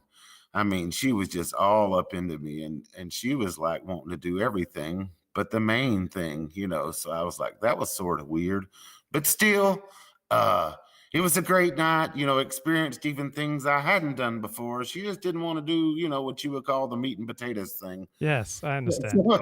So anyway, I get to the that was like on a Saturday night, and Saturday turns to Sunday, and Sunday turns to Monday morning. And I noticing all night Sunday night that I keep scratching myself in my private.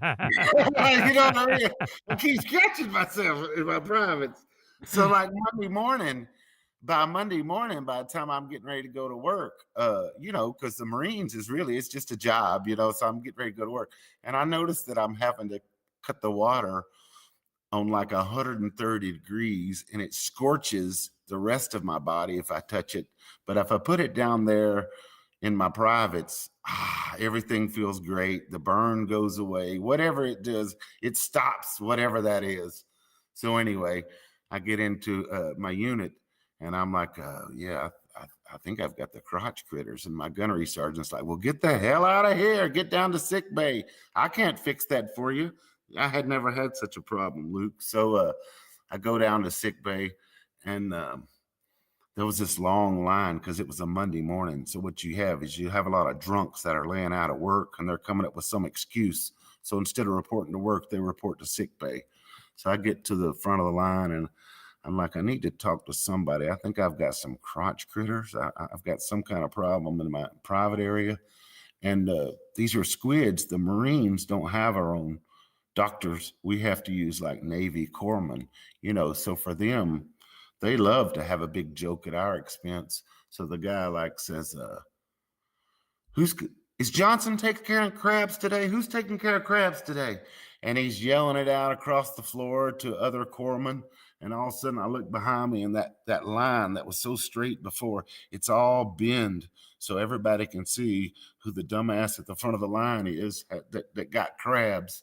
So anyway, that whole thing was no fun. They made me take my mattress out into the yard and leave it outside for 48 hours. I had to do laundry all night long, get rid of, redo all the clothes, all for a good time, Luke, all for a good time. So, looking back, was it worth it?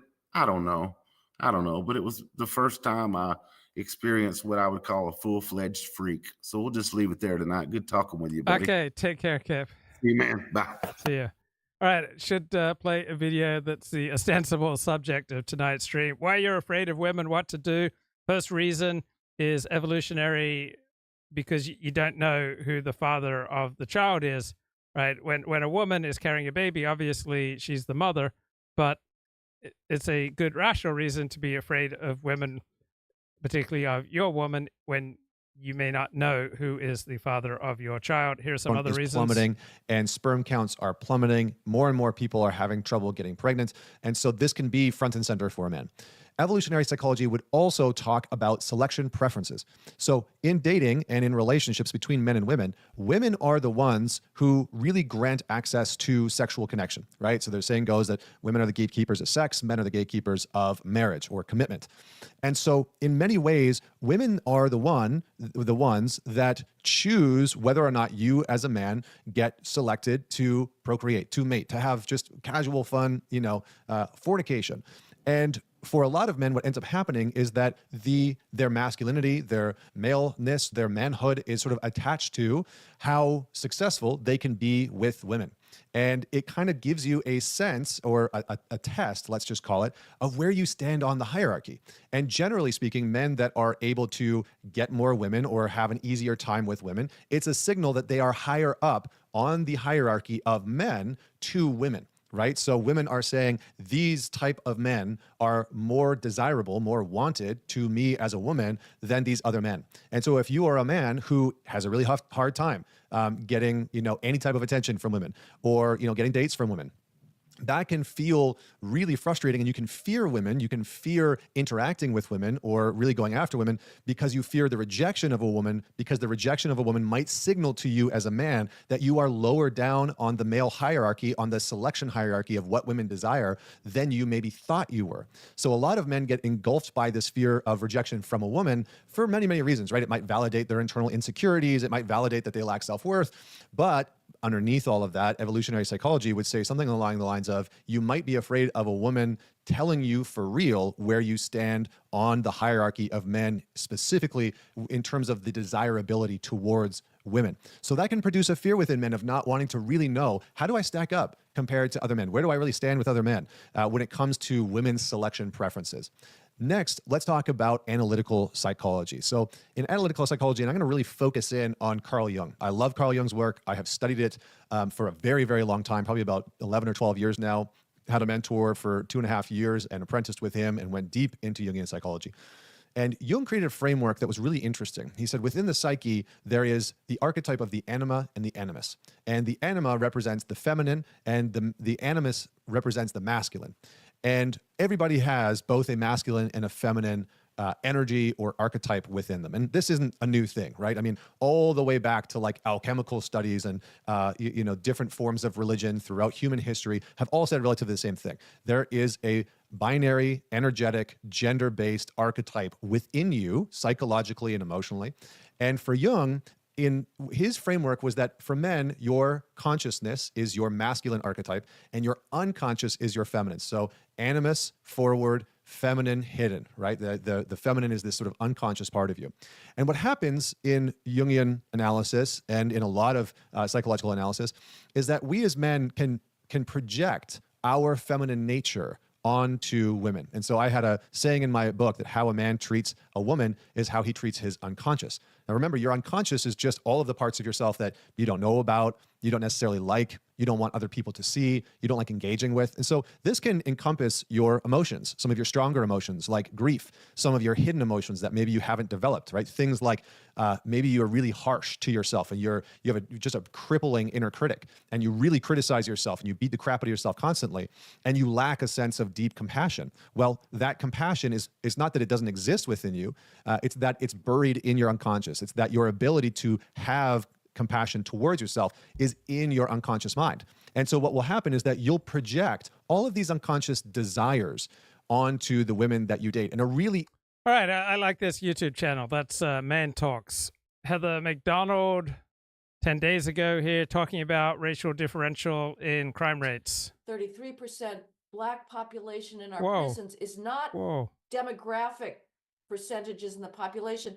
It's who's committing the crime. And sadly, and this is difficult territory to talk about, Titus, it's ordinarily racial etiquette would counsel against it. But given that the left is tearing down every institution in the name of racism based on a completely phony charge, sorry, we've got to give the facts in return. And blacks nationally in the 75 largest counties commit about 60% of all violent crime in those 75 largest counties, even though they're 15% of the population in those counties. In Los Angeles, which we'll talk about later, blacks are 57 times more likely to commit homicide than whites, according to the victims, witnesses of those homicides, not the victims. They're about 30 times more likely to commit robbery than whites based on the victim identifications. These disparities are ubiquitous. Since the George Floyd race psychosis, since the mass riots of the George Floyd phony narrative, Black juveniles are 100 times more likely to be shot than white juveniles. Every single day, there are barbaric, insane, incomprehensible drive-by shootings going on in Black communities that nobody talks about. They don't talk about. And who's shooting those Black juveniles at 100 times the rate? Other Blacks, not the cops, not the whites. So anyway, culture is... Okay, Trump's return. What does it mean for the Middle East? On the morning of October 7th, Hamas launched over 4,000 rockets around 6:30 in the morning, more rockets than had been launched there in the entire Second Lebanon War, and then attacked, penetrated the Israel border in 20 different locations, in waves of forces, 20 different objectives, to include the villages. All right, this is John Spencer, Chair of Urban Warfare Studies at West Point. And then they methodically attacked their sites, like Faraza and other locations where they locked down the village and then systematically, door to door, with the purpose of not just killing every man, woman, and child, but every dog, every cow, every chicken. I've never seen the level of, it was a terrorist attack because they're terrorists. It was as much of a military invasion that I've ever seen. Of those locations, the Nova Music Festival, which was 3,000 Israeli teenagers celebrating peace, and the police chief on the ground tells them to evacuate because they think that it's a rocket attack, but a very big one.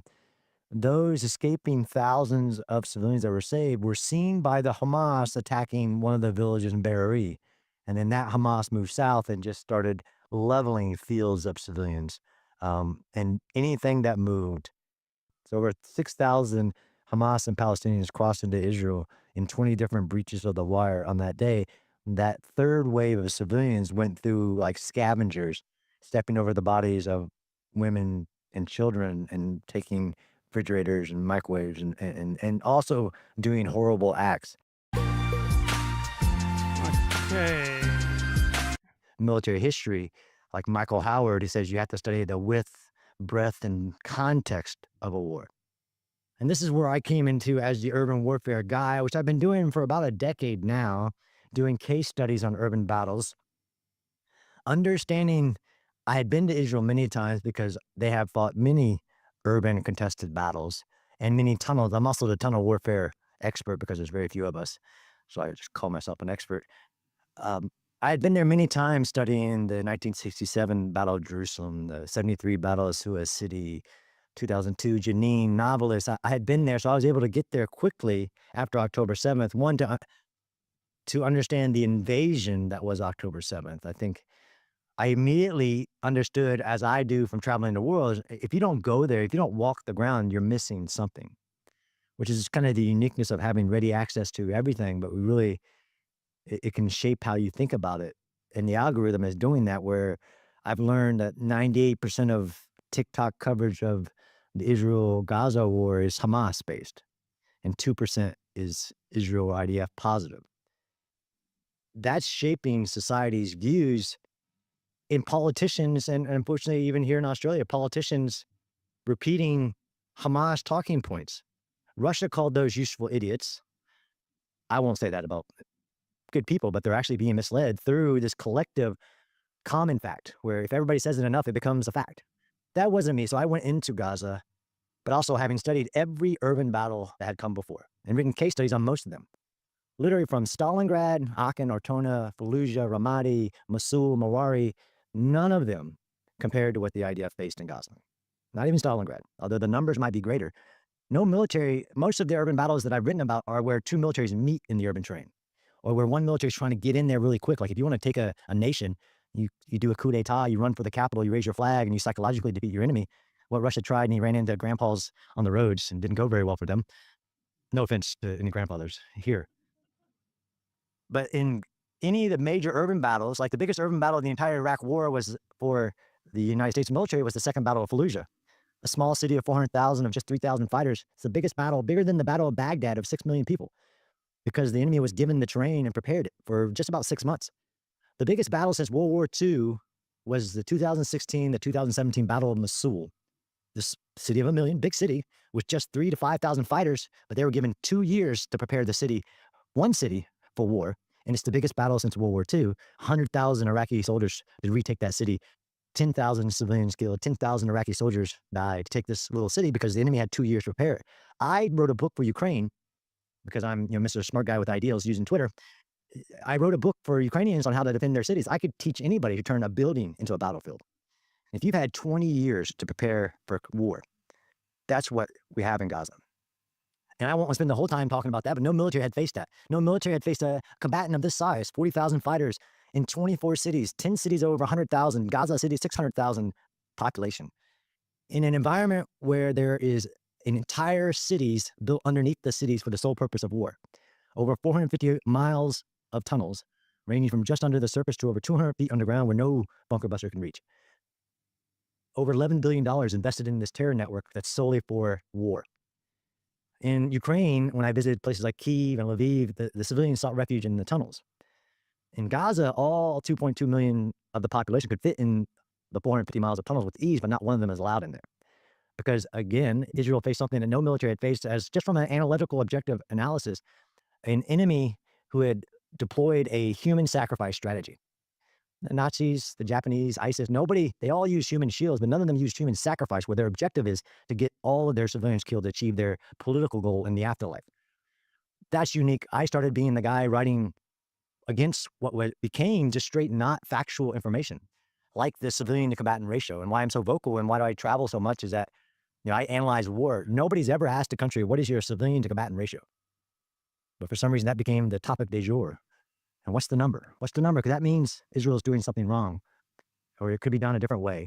I don't want that, and that's not the way the law of war works. And I argue, actually, you'll find that a lot of people who say they're law of war experts are actually human rights law experts. They're not necessarily law of armed conflict experts. So I get myself in a lot of arguments. But there's this other element of war is politics, war is a contest of will.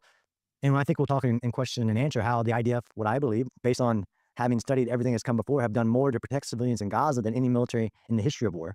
And people think that's pretty radical. How could I say that with the numbers? Well, I could, Southern Baptists, we have radicals, but radicals don't have states and armies. This is a war against an ideology led by the Islamic regime in Iran in the pursuit of an Islamic caliphate that I personally, as who I have Muslim friends, do not believe is a war against Islam. It's a war against radical Islamic jihadists. Sarah Palin, someone we don't usually quote about the Middle East, but she was a former Republican presidential candidate. She was asked once about the Sunni-Shia divide, the Iran-Saudi divide, and she said, let Allah sort it out. We should not get involved. Next question. Look, I really appreciate your saying that you're interested in the facts. So I really need to know, have you been able to apprise our Prime Minister and our Foreign Minister of the facts? So I have an op-ed coming out disagreeing with the facts that the Foreign Minister Penny Wong provided to Fairfax recently. That's about the extent that I'll get political. I did meet with some elected officials in Canberra, and they're very receptive, not combative at all. I actually was looking for a debate over facts. It's hard sometimes because people aren't comfortable with what they know. In my op-ed, said it's very problematic that political leaders in any country would use a terrorist organization's information, or, like I wrote in Foreign Affairs this week, impose their values on a death cult terrorist organization. Hamas has never said they want self-determination. Hamas has never said it wants a two-state solution. Human rights, prosperity, equality, none of that. You're imposing your values on that for electoral reasons. And stop using the terrorist numbers. There have not been 42,000 Palestinians killed in Gaza. That list is full of lies. It doesn't distinguish combatant, non-combatant. The age of people gets reduced as the list comes out. Stop using it, please. At least put the caveats. The Hamas Gaza Health Ministry says, and we shouldn't trust them, that this many people have been killed. Of human rights, who said basically every nation that's ever fought a war is committing genocide, to include the U.S. military. There's so many issues, and that's why I'm excited personally. No politics involved. The U.S. ambassador to the United Nations will start cleaning house, but it can't fix the whole thing when you have Russia sitting with a vote, taking the Soviet Union's vote, which is controversial. It's going to be really hard, but there can be some transformations happening if the leaderships of the Western world get together to fix some of this political charades, because it has come at a cost to more violence, right? It's meant to prevent war, and this appeasement strategy, which is known before the creation of the United Nations, to increase war. Even my studies as an urban warfare expert, the United Nations and international community have protracted the war in Gaza. They own much of the death in Gaza. That's not how you fight a war. You don't fight a war with the world telling you where you can and can't go, where the enemy should seek sanctuary, says because the world's going to keep you out of there. You don't fight a war when the United Nations is sending your enemy hope that they'll win. And this is what we have in the United Nations. So there's a lot of work there that needs to be done. On October 7, Israel gets attacked. On October 9, people all around capital cities in the West are marching around in our city calling for death to the Jews, F the Jews, etc., etc. To me, that's a different form of urban warfare that appears to be sowing a huge amount of division amongst the Western cities. These marches go on unabated, time and time and time again. So my question to you is, who's actually funding this? And do you have, this is in my mind another form of urban warfare that's very destructive. I agree. And I do cover the whole spectrum of urban operations, from civil defenses to high intensity combat. Who's funding that? That's simple, but not. Qatar is funding much of it. And this is decades of investments in things like BDS and to our universities, where our greatest institutions are creating the dumbest kids on the planet when they're protesting for a death cult because they believe they're the oppressed, and it just took a couple TikTok videos to get them there. But it was an investment strategy of Qatar and other actors for a very long time. But this is Russia's dream, China's dream to take our societies down from within. So it just took the fire of anti-Semitism, and because of all of that investment, it lit the fire. But I personally believe, again, objectively, what starts with the Jews doesn't end with the Jews. All right, this bloke here, who is the subject of the interview, Brigadier General retired Amir Avivi, I found him consistently the most accurate predictor of what's going on in Israel's 7 front wars. So I've noticed this for months. First time, one of many that we're going to build, really impacting the young generation. We understood that we have to talk to the society. We do that through media, social media. From almost zero presence in Israeli media and international media of the voice we bring, today we dominate national TV in Israel, radio, newspapers. And last but not least, and this is maybe more similar to what Hudson does, is working with decision makers. We build a research department. It's not a think tank like Hudson, but it's a research department. Sorry if I can interrupt you there. I found very useful that you guys put out a weekly summary of what's going on in the war. Right. And I find it very useful. I crib from it often, actually. Yeah, I shouldn't admit that here. We do a lot of practical stuff, but we have to grow it more. And we work very, very closely with the Israeli government. We met with Netanyahu multiple times in the war. Every major decision the government took, we were involved. So when ABC News was looking to feature an Israeli expert on how Israel would respond to Iran's rocket and missile attack on Israel, this was the guy they featured. We meet with diplomats, and we also develop our relations here in Washington in the European Union. So it's a very diverse, and we do many things. But it has the different pillars we operate along, they amplify each other, and it makes the organization very, very impactful. I was surprised from your answer here that you started with lack of Zionist education. I expected you to just launch in and talk about military policy. But somehow you're saying during your military service you saw a connection between the lack of Zionist education and security policy. Can you give me some examples of... So Nietzsche said if man has a why, he can overcome almost any obstacle. And so if you know why you're fighting, then that will give you the strength to fight. Of what you mean? How the lack of education generated a bad security policy? Yeah. So first, I want to tell you that in the way we view national security, what makes national security national?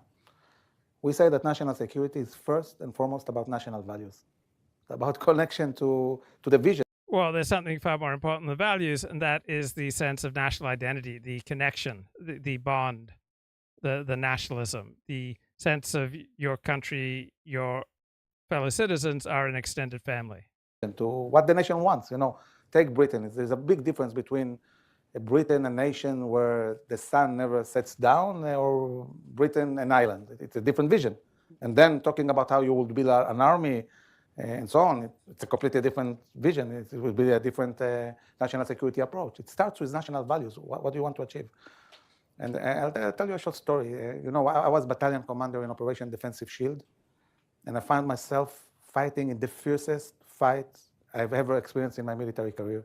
10 months, day and night, fighting with my soldiers. And after 10 months, my soldiers were really, really tired. And then the command told us, you have 3 weeks to organize. We are going to 10 months more. It was really hard. So I take my 800 soldiers to speak with them. And as I'm speaking with them, I find myself asking them a very strange question to ask an Israeli soldier. How many of you have ever in your life been in Jerusalem? Half of my battalion has never stepped foot in Jerusalem. That blows my mind. Half of his combat battalion, 400 men, Israelis who'd never been to Jerusalem. As a tourist, it's the first place you go. Wow. Israeli soldiers. And the ones that were in Jerusalem, half of them have never been in the Kotel. And I understand. The Kotel is the western wall that remains from the temple that was built by Ezra and company 2,400 years ago. It's the only thing that remains after the Romans destroyed the temple approximately 2,000 years ago. That, I have great kids. They have no clue what they're fighting for. And this is why it's so hard. And I had only 3 weeks, 1 week vacation, 1 week to organize the equipment, and 1 week of training. To train a battalion like mine, that is 4 months. And I take that decision, a very unusual decision. My battalion is not going to train the only week they have. They're going to Jerusalem. And I took the battalion for a whole week to David City, connecting 3,000 years back, to the Kotel, to the tunnel. If you have any kind of background in the Bible, it's hard not to be moved and to connect with the city of Jerusalem, because so much of the Bible takes place in and around Jerusalem.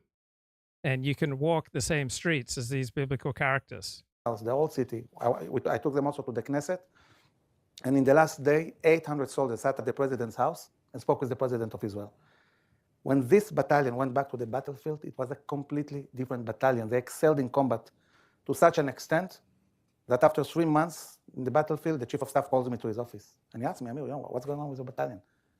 Right, they had a why. They had a reason to fight. Go into Gaza. If you go into Gaza, 10,000 soldiers will be killed. And really, the society... That was the prediction prior to Israel's invasion of Gaza, that it would cost 10,000 Israeli lives. That was a dominant figure being thrown around in the mainstream media. He was really worried, and at this defining moment, we had a meeting with Netanyahu. And we came to the Kiryat, to the army headquarters. We're sitting outside waiting for the meeting, and I was thinking to myself, this is like a Churchillian moment. I mean, terrible moment, when Churchill was elected. The whole British army was surrounded in Dunkirk. The Nazis conquered all of Europe. But still, Churchill had the ability to rise above all of this and, show strength. And I said to myself, when we go to the prime minister, this is not about just advising him how to mobilize the army this way or that way. It's about spirit. What we talked about with the young generation. And we go in, and I sit in front of him, and I see him pale, sad, fallen, tired, And I look at him, and I say to him, Mr. Prime Minister, I'm sure you feel terrible. It's devastating, And you're asking yourself, how did it happen to me, to Netanyahu, Mr. Security, you feel terrible. But you need to understand, you are not supposed to feel like that. You have to feel privileged. You were chosen to lead Israel in the most defining war in its history. This is what life prepared you for this moment, to lead the people of Israel to total victory, to change completely our whole, future for generations to come, not just for the coming years. And then we said to him, trust the army. We know the capabilities. Give them the command. Let them go in Gaza. You'll see they'll do the job. And indeed, the day later, he sent the army to attack, and sources that there are extensive tunnels that were active at the time that Israel went into Rafah. Is there a dispute about the facts about the tunnel system in Egypt? Is there an interpretation where Egypt isn't as culpable? That's what the pro-Israel senators' staff was saying. Israel uncovered more than 200 tunnels on this border. And the Israeli intelligence knows exactly who is smuggling. They know the names, they know who is getting paid, and where the money is going. And it's going to the most high-ranking people in Egypt. And it's all run by the Egyptians. And they're making billions of this smuggling operation, and this is why they're very unhappy about the fact that we closed the border. You cannot smuggle so many capabilities without it being managed in many ways. And this is a big lesson to Israel, that you really have to rely on yourself. Israel needs to be able to defend itself by itself along defensible borders, including Philadelphia. We're not going to be able to retreat from there again. And we cannot trust anybody to make sure that Gaza stays without weapons,